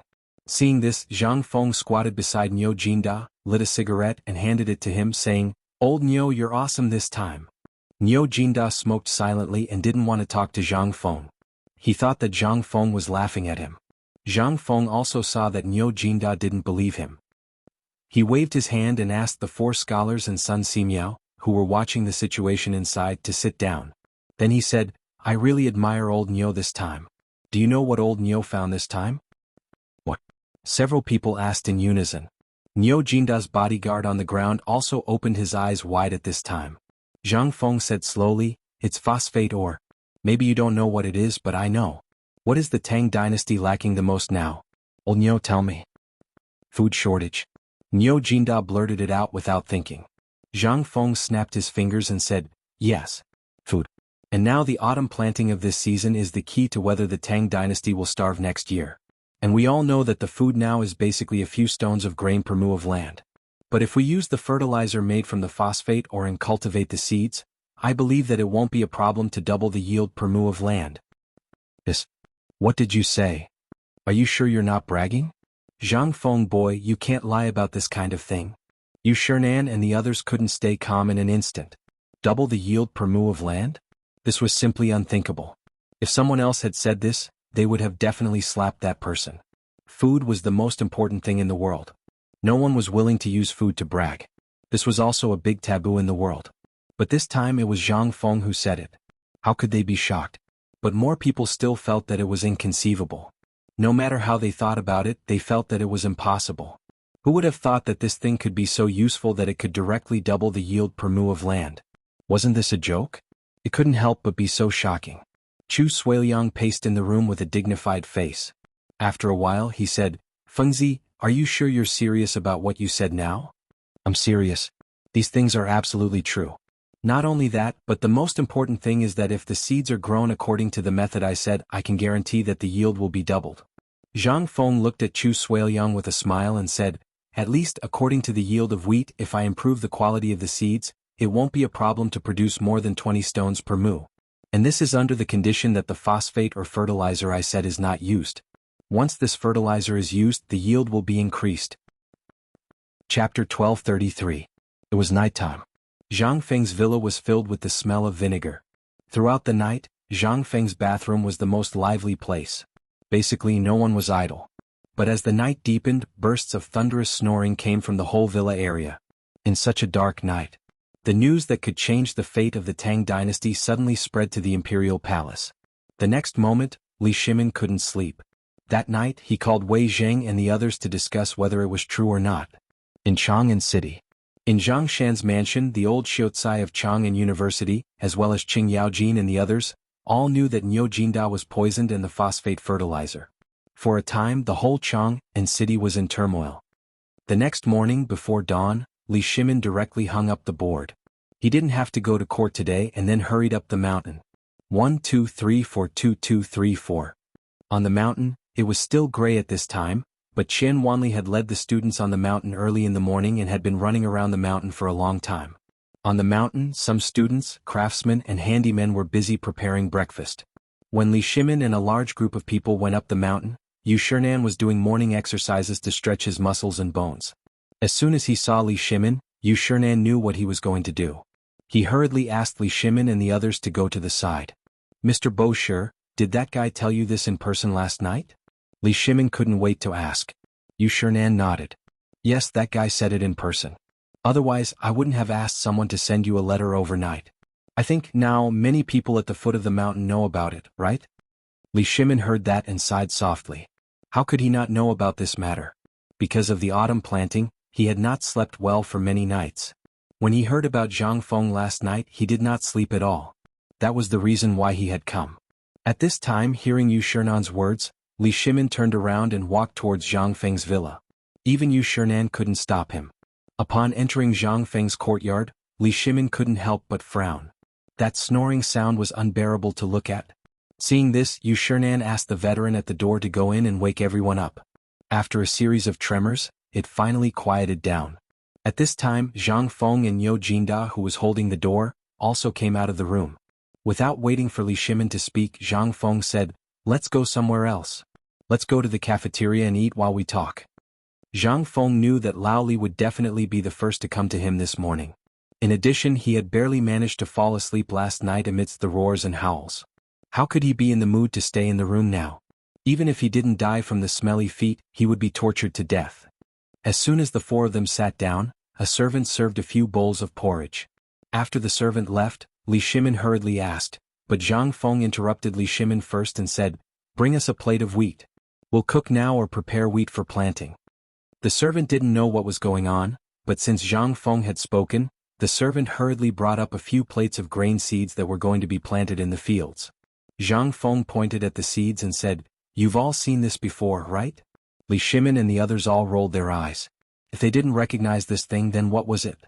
Zhang Feng asked for a snub, but he didn't take it to heart. He took out a piece of phosphor stone from his pocket and placed it on the table. The moment he saw the phosphor stone, Niu Jinda's expression instinctively changed. This thing had caused the death of dozens of his brothers. It would be strange if his expression was good when he saw it now. Seeing this, Zhang Feng smiled and said, "This thing is called phosphor stone. It's a type of ore, isn't this nonsense? Who doesn't know that this is an ore? Just say it. You said that this thing can really double the yield of seeds?" "Indeed. This thing has to do with agriculture. You wouldn't understand even if I told you. Let me put it this way. The seeds are like the pigs that I made before. They need to be carefully cared for before they can produce high-quality piglets." Zhang Feng looked at Li Shimin and said, "Lao Li, you know about the thing that Butcher Zheng at the foot of the mountain made, right?" Li Shimin was stunned. But when he thought of the new breed of pigs around Chang'an, he nodded and said, "Are you talking about the thing that Butcher Zheng made?" "Yes. Those pigs are all good breeds after being bred and screened. After 3 generations of pigs, the breed is basically excellent. Just like the wheat seeds now, they are basically scattered widely and the profits are small. What's the use of this? This is equivalent to a joke, isn't it?" It was such a metaphor. Li Shimin really understood. He knew about the matter of the pigs.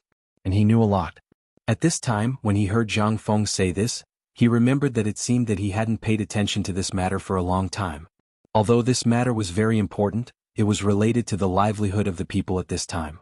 If this problem was not solved, it would be useless no matter how much money he was given, or even if he brought in the 5 families and 7 clans. Thinking of this, Li Shimin couldn't help but tremble. He grabbed Zhang Feng and said, "Fengzi, tell me. How do you plan to deal with this matter? Tell me, I Lao Li will pay for all the expenses of this matter." Chapter 1234. All right. That's enough for me. But as you can see, the academy has just been settled, and there are many things that have yet to be done, not to mention the Academy of Science. Don't get too excited. Go to the fields and take a look first. This matter can't be rushed. I'll settle old Nyo's matter first. If old Nyo's matter isn't handled properly, it will really be fatal.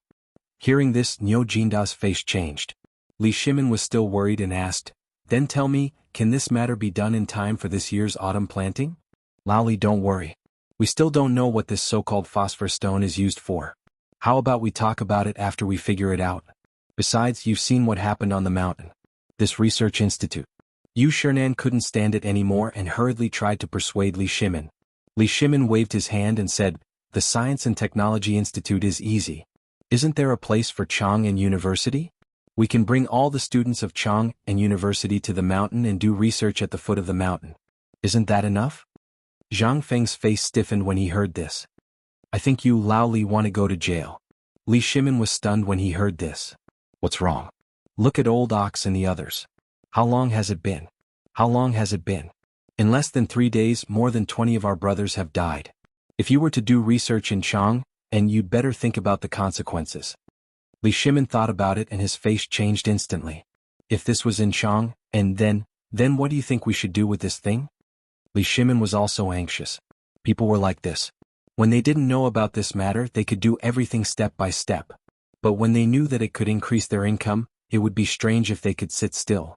Li Shimin was like this. How could he wait at this time? He was so desperate for food that he was about to go crazy. However, he knew that in the current situation, more haste, less speed. In the end, Li Shimin could only sigh and sit down resentfully. "Fengzi, do you think my illness can be cured?" Seeing that everything was settled, Nyo Jinda asked with a nervous expression. At this moment, his son was lying at home and he was in such a state. Anyone who saw him would be anxious. Moreover, if this incident were to spread to the army, what kind of consequences would it cause? Li Shimin also saw this point, so he did not dwell on this matter. Zhang Feng didn't say anything. Instead, he put the walnut-sized phosphor stone on the table. Then he took out a delicate dagger from his chest and carefully cut it into pieces. Then he ground it into powder and used a piece of paper to carefully separate the residue. This time, only a trace of white powder was left on the paper. It also exuded a faint pungent smell. Li Shimin stared at this thing in a daze. Then he looked at the thing that was comparable to fine salt with some doubts. Before he could ask, Zhang Feng said, "This thing is phosphor fertilizer. Once this fertilizer is used, it can be said that if your family of 5 has an acre of land, they can eat their fill without any worries and won't have to worry about their stomachs anymore. If you have a few hundred acres of land, Lao Li, do you know? As long as you use this thing, I can guarantee that basically, the medicinal herbs you grow will increase by more than half." In ancient times, the fields were very thin. Moreover, farmers used manure for a long time. Most of them basically didn't need any fertilizer, let alone other things. The harvest of the farmers was basically dependent on the heavens. So, how could the harvest be good? Those big families only had dozens or hundreds of mu of land, and some even relied on the slaves or workers hired by their families to work in the fields. How could they do a good job? It would be strange. At this moment, Li Shimin and the others wanted to take a closer look. However, when they saw Nyo Jinda's miserable state, they shrank back. They anxiously scratched their ears and cheeks. "Fengzi, tell me, can this thing be used just like this? Or is there any other use for this thing? By the way, if you want to make this thing, how long will it take to make it? Also about the seeds." Li Shimin couldn't wait. He asked. Zhang Feng rubbed his chin and thought for a moment before saying, "At this rate, the wheat should be planted by next month at the latest, right? Then let's do it before next month. We still need to start looking for a place to build the phosphate fertilizer factory starting tomorrow. After all, you have seen the power of this thing. If it's placed in a crowded place, it definitely won't work. Moreover, I still need to study some things here. Otherwise, if this person goes in, he will definitely be played with in less than a day. So troublesome? Li Shimin was stunned. However, he made up his mind and said, "This is not a problem. There are many prisoners on death row in the various prisons. When the time comes, I will go and get some people in. Just tell me when we can start. As for the location, I will think of a way." "No." Zhang Feng hurriedly interrupted Li Shimin and asked, "Lao Li, can you even get a death row prisoner? Are you sure?" Chapter 1235. Cough Lao Li, I'm also very curious. Although your business is very big, getting someone out of the death row prison isn't a simple matter. Are you sure you have a way? Yu Shernan was scared out of his wits and hurriedly changed the topic. This time, Li Shimin finally came to his senses. Li Shimin couldn't help but break out in a cold sweat. He had been so focused on talking about this that he really had forgotten about this matter. At this moment, seeing Zhang Feng staring at him curiously, Li Shimin's eyes flashed and he said, "Actually, this person can definitely be brought over. Think about it, don't we know Lord Zhang's son? Right now, we also have Duke Qin Ho Junji and Imperial Prince Li Shaogong. Moreover, this matter is beneficial to the country and the people. Think about it, would His Majesty not agree?" Thinking about it this way, Zhang Feng finally came to a realization. That's right. The current emperor had just experienced the predicament of being surrounded by tens of thousands of starving people. If he heard about this matter now, wouldn't he go crazy with joy? Then wouldn't he have anything he wanted? If he wanted to be an official now, then, with this thought, Zhang Feng's heart began to heat up again. Right, it's still you, Lao Li, who understands me. Now that you mention it, I suddenly remember that this matter of ours isn't just a business. More importantly, this business of ours can also help His Majesty solve a huge problem. If that's the case, then don't you think that I, Zhang Feng, am going to strike it rich? Not only that, when the time comes, all of us will be able to become officials. Just thinking about it makes me happy, don't you think? Li Shimin, Niu Jinda, and Yu Shernan were all dumbfounded. They couldn't keep up with Zhang Feng's thoughts at all. After a while they asked, You said that we can all become officials? That's right.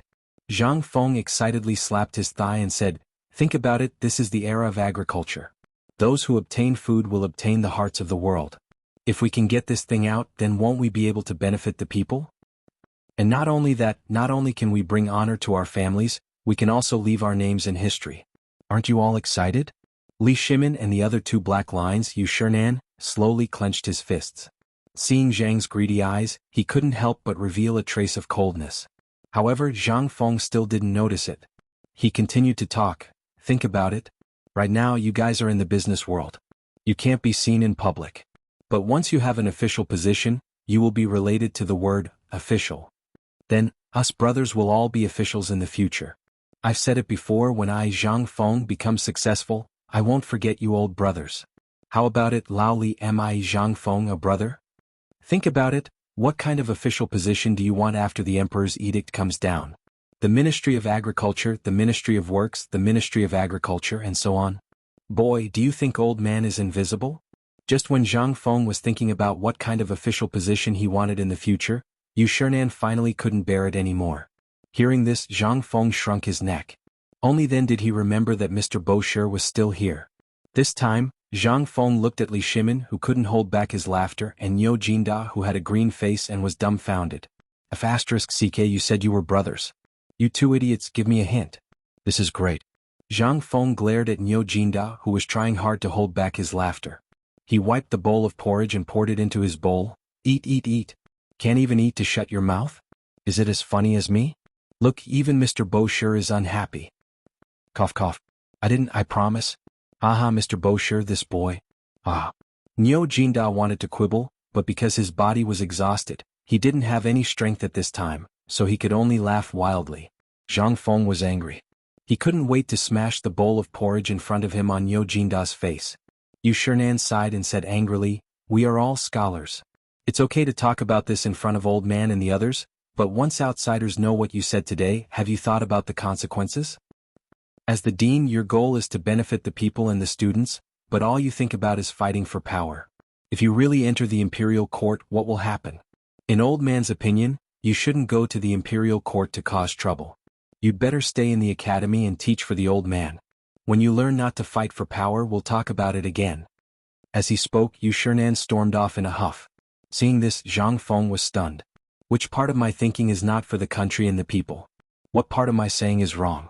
Isn't it just a nominal official position? This is also for the convenience of doing things, isn't it? The more Zhang Feng thought about it, the more wronged he felt. He pointed at the direction where Yu Shernan left and asked, Lao Li, look, what did I say wrong? This is a completely normal way of thinking, okay? I'm still a child. Pfft. Enough. Chapter 1236. Did I say something wrong? I'm only 20 years old this year. Am I still? Ahem. Li Shimin couldn't stand it anymore. He was embarrassed by Zhang Feng. In the Tang Dynasty, at Zhang Feng's age, he already had a lot of wives and concubines, and his children were already old enough to buy soy sauce. Now you are telling me that you are still a child? Look at the things you have done. Which one of them was done by a child? Li Shimin was speechless. He narrowed his eyes and said, Fengzi, let's not talk about this. This is a matter of the future. Only after the harvest next year will the emperor give a big reward. But now you are just talking about it. You haven't prepared anything and you haven't done anything. Aren't you talking too much? Originally, Li Shimin really wanted to reward Zhang Feng now, but Yu Shernan's words just now were actually for him. Now Zhang Feng was like a thriving tree. If he was contaminated by the bad atmosphere in the imperial court too early, it would only be disadvantageous to Zhang Feng. Zhang Feng's personality was frank, and he was extremely protective of the people around him. He was a man of principles and he followed all of his preferences. He was fine as a brother, but once he entered the huge quagmire that was the imperial court, Li Shimin was very worried that in less than a month, Zhang Feng would be led astray. He knew that he was ashamed to face Zhang Feng, but this matter could only wait until Zhang Feng's wisdom and age were more mature, or until all the bad people were suppressed and entered the imperial court. At that time, with Zhang Feng's ability, Li Shimin believed that no one would dare to oppose Zhang Feng anymore. After all the food in Chang and city was basically made by this kid. But this was not enough. At the very least, these things were not enough to capture the hearts of the cunning people in the imperial court. In the eyes of those cunning people, Zhang Feng was too easy to control. Li Shimin didn't want to see this happen to Zhang Feng. Most importantly, he didn't want to lose this brother so soon. Fengzi, tell me about your Science and Technology Institute first. As for the phosphate fertilizer factory, I will settle the factory for you after I go down the mountain today. As for when you want to start, that's your business. Zhang Feng was silent for a moment, then he said, It's easy to set up a place, but this thing requires knowledge of chemistry. Although Li Gan and the others have some knowledge of physics, you can see the current situation. At this time, how do you think I can set up a research institute? In terms of time, it's too late. Academy. Also known as the Physics Laboratory. This thing was the core of White Deer College, so Zhang Feng didn't dare to do it casually. At the very least, he didn't dare to interfere with this matter when he was busy. He only dared to do it when things were not so busy. After all, this experiment was different from other places. At the very least, in terms of its functions, it was very different from the current teaching building. Although some things could be replaced by the empty classrooms now, but most of the physics experiments had radioactive effects. At the very least, the experiment on the radioactivity of the phosphate fertilizer and the high-speed extraction of phosphate rock required experiments. Right now, Zhang Feng was only at the initial stage of understanding these things. Basically, he only knew how to talk. After all, if it weren't for the credits, he wouldn't have gone back to the physics and chemistry classes. Lao Li, I'll think of a way to deal with this laboratory, but we can't be too hasty. As for the extraction of the phosphate fertilizer, I have the simplest method here. Zhang Feng muttered to himself for a while, then looked at Niu Jinda and said, Old Niu, how big is the phosphate rock you saw on Mount Longsho? Niu Jinda didn't even think about it. It's about the size of Mount Shao. It's everywhere. As for how deep it is, I don't know. But Fengzi, are you sure this thing can be used? Can be used? Get rid of the question mark. Zhang Feng smiled faintly. Let me ask you. Are the trees on the phosphate rock more abundant than other places? Also, there's a distance outside the phosphate rock mountain. Is there not a single blade of grass growing there? Hearing Zhang Feng's question, Niu Jinda couldn't help but think that Zhang Feng had been there before. Fengzi, have you been there before? Zhang Feng shook his head and said, No, I haven't. Then how do you know so much about the situation there? Wasn't this nonsense? If he didn't know about this, then wouldn't he have studied for nothing all these years? However, he didn't dare to do this experiment on his own. When he was teaching Li Gan and the others, he could also review the old and learn new things. Otherwise, if he died, then he would really be done for. Moreover, as a liberal arts student, he knew these things, geography and all kinds of things. In addition, he was originally from Shaanxi. How could he not know about the Shaanxi territory? However, when he heard that there was an area as big as Mount Shao, Zhang Feng's eyelids couldn't help but twitch. Damn, this time I'm really rich. Chapter 1237. Li Shimin and Niu Jinda trembled when they heard Zhang Feng's shout. They almost fainted. Just a moment ago, both of them were thinking about the yield of the grain and what the phosphate fertilizer was. But in the next moment there was a problem. But in the next moment? This kid seemed to have gone crazy. They could not help but jump in fright. Li Shimin was speechless. Kid, can you stop being so flustered? This is not the time to talk about money. Then tell us, how do you make a fortune with this? Zhang Feng heard that and rolled up his sleeves. Come. I'll give you a good explanation. You guys are simply too lacking in physics knowledge. Li Shimin wanted to beat Zhang Feng up. He even started to clench his fists. Zhang Feng saw that and his eyelids twitched. He hurriedly said, It's this thing is a little complicated. I can't explain it clearly in a sentence or two. I'll just give you a simple explanation. 1 hour. It took Zhang Feng a full hour to explain the knowledge related to agriculture, from irrigation, fertilization, photosynthesis, and the importance of pollination in detail. This time Li Shimin was dumbfounded. His head was dizzy, as if he had opened the door to a new world. He originally thought that these things would be fine as long as there was water. Who knew that this small thing in the picture could be so awesome? In the end, Li Shimin was sent away by Zhang Feng in a daze. Now only Niu Jinda was left. Niu Jinda saw that everyone had left and then slumped on the stool. He said, Fengzi, I'm afraid you've forgotten about me? I'm a patient. Zhang Feng finally understood. He hurriedly looked at old Niu, lifted his eyelids and looked at his tongue. He then heaved a sigh of relief. It's okay. Remember to drink a jar of vinegar every day and eat a piece of croton. Niu Jinda's face instantly turned as black as the bottom of a pot. Fengzi, you're asking for my life. Croton, I'm about to shit to death now and you still want me to eat croton? Zhang Feng didn't take it seriously. This is phosphorus poisoning. Vinegar can only alleviate and eliminate the toxins, but if you want to expel the toxins, you have to go to the intestines and stomach first. Only in this way can you recover faster.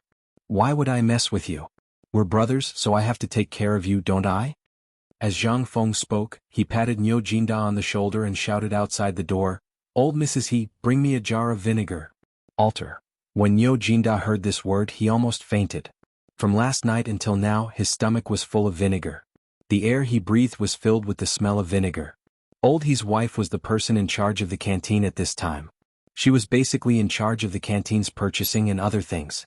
She had already seen Zhang Feng enter the private room on the second floor and didn't come out. When she saw Li Shimin come out, she was outside the door.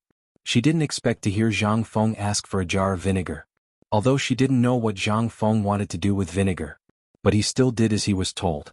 Although she didn't know why Zhang Feng wanted vinegar, she always picked the biggest thing for Zhang Feng. Therefore, Old He's wife found 2 workers to carry a big jar of vinegar into Zhang Feng's private room. Niu Jinda's eyes widened when he saw this. Fengzi, you're a magnanimous person. Can you spare me? This is a jar? It's a mother * King Tank. Zhang Feng was also dumbfounded. Looking at the jar and then at Niu Jinda, he had an idea and said, Why don't you go in and take a bath? Although it's a little wasteful, I'll pay for it. Besides, it has some curative effect. You're too much, Fengzi. We have no grievances. I'm leaving. I'm fine. I'm cured. While speaking, Niu Jinda staggered to his feet. He held the door frame and ran out. He was afraid that if he stayed a little longer he would be killed by Zhang Feng. Zhang Feng was also speechless. Looking at Old He's wife and the others, he could only wave his hand helplessly and say, Next time, send them a small jar every day. Remember, it's a jar as big as a fist. After the meal. When Zhang Feng walked out of the canteen, the students who were doing running exercises lined up to enter the canteen in an orderly manner. Zhang Feng didn't dare to go to the front door. Instead, he quietly walked out from the back door. However, before Zhang Feng walked out of the canteen, he ran into Old He, who was eating in the back kitchen of the canteen. When Old He saw Zhang Feng coming over, he grabbed Zhang Feng and said, It's really difficult to see you now. Seeing this, Zhang Feng asked, Don't you see me every day? What's the matter? Uncle Ho looked around and pulled Zhang Feng to a corner. This time, he said in a low voice, Do you remember the 3 old men that you found? They asked me to tell you that the things you asked them to fiddle with have sprouted. Zhang Feng was stunned when he heard this. He couldn't remember at the moment. He saw this and said, "Hey, I told you that you must have forgotten. Let me remind you. The things you and the 3 old men planted in the distiller's grain trough in the brewery next to the pub?" Zhang Feng instantly remembered something. He hurriedly asked, "Is what you said true? The potatoes really sprouted?" Chapter 1238. Zhang Feng did not expect the potatoes to sprout. This was simply the best test subject at the moment. As long as the phosphate fertilizer was tested, it would definitely become the best thing in a short period of time. However, this was just Zhang Feng's idea. After all, it was still early. At least after the new year, it would be important to pay attention to it. There was another important thing, which was that there were only a few seeds. He was not sure how many seeds these potatoes could produce before the new year. However, this good news made Zhang Feng even more excited. Zhang Feng hurriedly asked Uncle Ho to send a letter home. Tell them what I said. Tell them to water the potatoes with feces every 5 days, but only about a scoop each time. It is best to maintain the temperature at a certain constant temperature, which is the temperature at noon now. The temperature was very strange. It was very cold in the morning and at night, but it was unusually warm at noon. Zhang Feng was very worried that something would happen to the potatoes in such an environment. This was their only hope now. It was something to verify whether his soul was effective. It was still in the research and development stage. After all, if they wanted to extract spiritual elements, there were still a lot of deficiencies. According to historical records, spiritual elements appeared in history. It was developed by foreign scientists hundreds of years later. Zhang Feng did not know what he was thinking. He hurriedly packed up and prepared to go down the mountain. Currently, he needed to study Lin Fei in detail. After all, it was still early for other things, but the autumn planting was not far away. If he missed the autumn planting, it would be useless even if he wanted to experiment. Yu Shernan seemed to already know Zhang Feng's plan, so he did not say anything when he saw Zhang Feng hurriedly going down the mountain. Cheng Chumo and the others seemed to be eager for Zhang Feng to go down the mountain. When they saw Zhang Feng leave, they could not help but burst into a burst of exclamations. Li Qingqian's eyes flashed. He was surprised and doubtful. He did not know why Zhang Feng went down the mountain. However, something must have happened to his lower body. Otherwise, under the current situation, everything had been settled. Why would Zhang Feng go down the mountain? This obviously didn't make sense. At this time, although not many people knew about the phosphate fertilizer on the mountain, Li Qingqian's men knew a little about Lin Fei's miraculous abilities. However, they still kept a respectful distance from this matter. No one dared to touch this thing.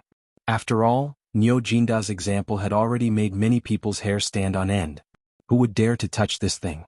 On the other side, Fang Xianling was restless at home. Fang Yai had also entered Chang and University a month ago. But this was not what he wanted. Every father would think about their son's future. Since the last time he saw Lu Jianhu's broken leg and the performance of Niu Jinda and the others, Fang Xuanling's heart began to feel a little alive. After all, because of the emperor's order, he stayed in Chang and to deal with the aftermath. But now Fang Xianling rarely participated in it. He had entered Chang and University a month ago. However, after seeing the scene at Zhangfeng Courtyard and the Mid-Autumn Festival Poetry Meet, as well as the scene at White Deer College's opening ceremony, Feng Chuanlin's heart was already somewhat unable to hold back.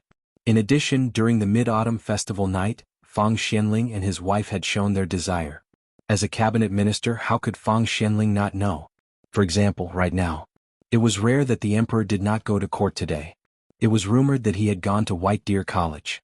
Fang Xianlin was preparing to go to work after breakfast, which was rare. However, at the dining table, he had heard his wife and Fang Yai's wife's strange words. How could he not know what his son was thinking? After all, Qing Yaojin and the others had been showing off in front of others every day, especially after the Mid-Autumn Festival Poetry Meet. How could Fang Xuanling's family not complain? After the meal, in Fang Xuanling's study room, Fang Yai stood in front of Fang Xianling unhappily. Fang Xianling asked, "Do you want to enter White Deer College?" "Yes." Fang Yai answered without even thinking. Looking at Fang Yai's burning gaze, Fang Xianling felt a little conflicted. He didn't know if he should wait and beg the emperor, or go directly to Chang'an University to talk about it, or go directly to Zhang Feng. However, after thinking about it, Fang Xianling sighed secretly and hurriedly left the room.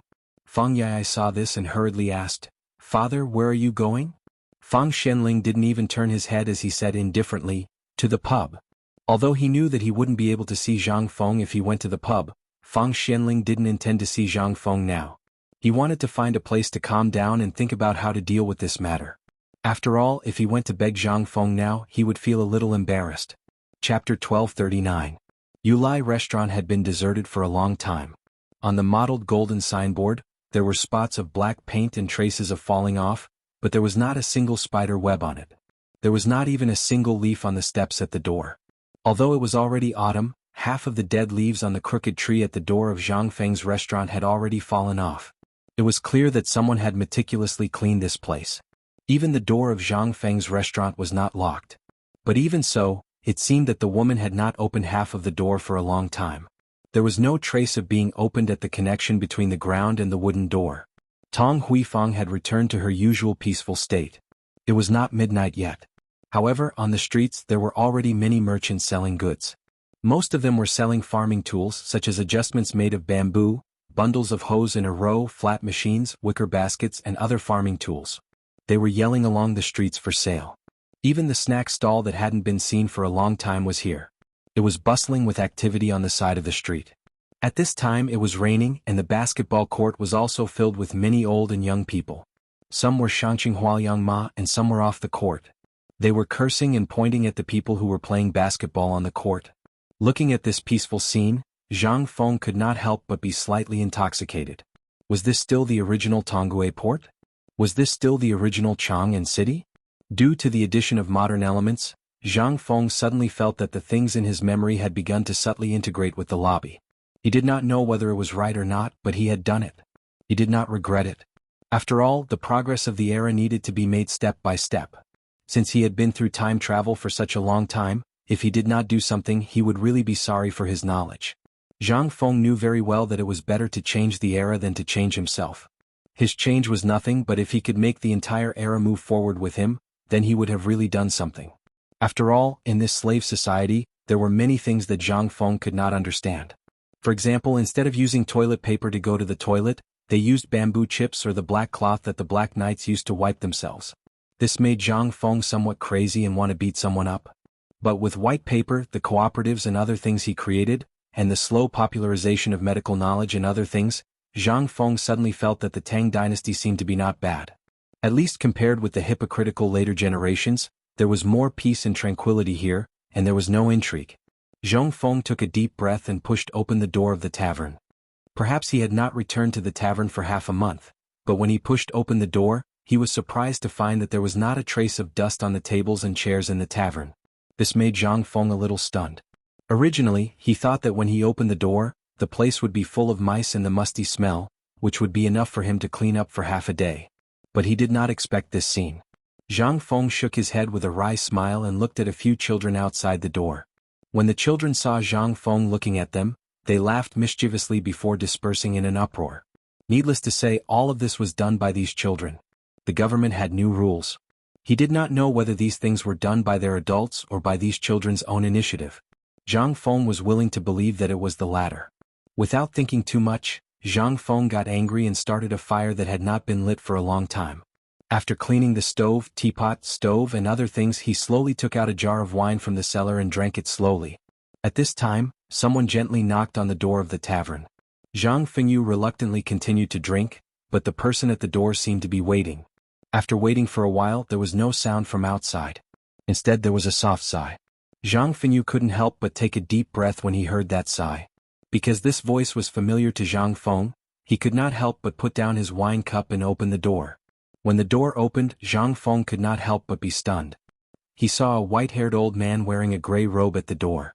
He had just turned around and was about to leave. Zhang Feng was not unfamiliar with this person. In fact, he was a little familiar. This person was Fang Xianling. Zhang Feng could not help but ask in surprise, Old Fang, why are you here? We haven't seen each other for half a month. Alright, why didn't you go to the mid-autumn poetry meet? Also, I remember sending you Valentine's Day when I opened the door. Why didn't I see you? Alright, Old Chin and Old Sun, how are they? I haven't seen them during this time. What have you been busy with? Fang Xianling did not expect to see Zhang Feng here again. He asked in surprise, shouldn't you be at the academy at this time? Why did you go down the mountain? The two could not help but be stunned at the same time. Then they smiled faintly.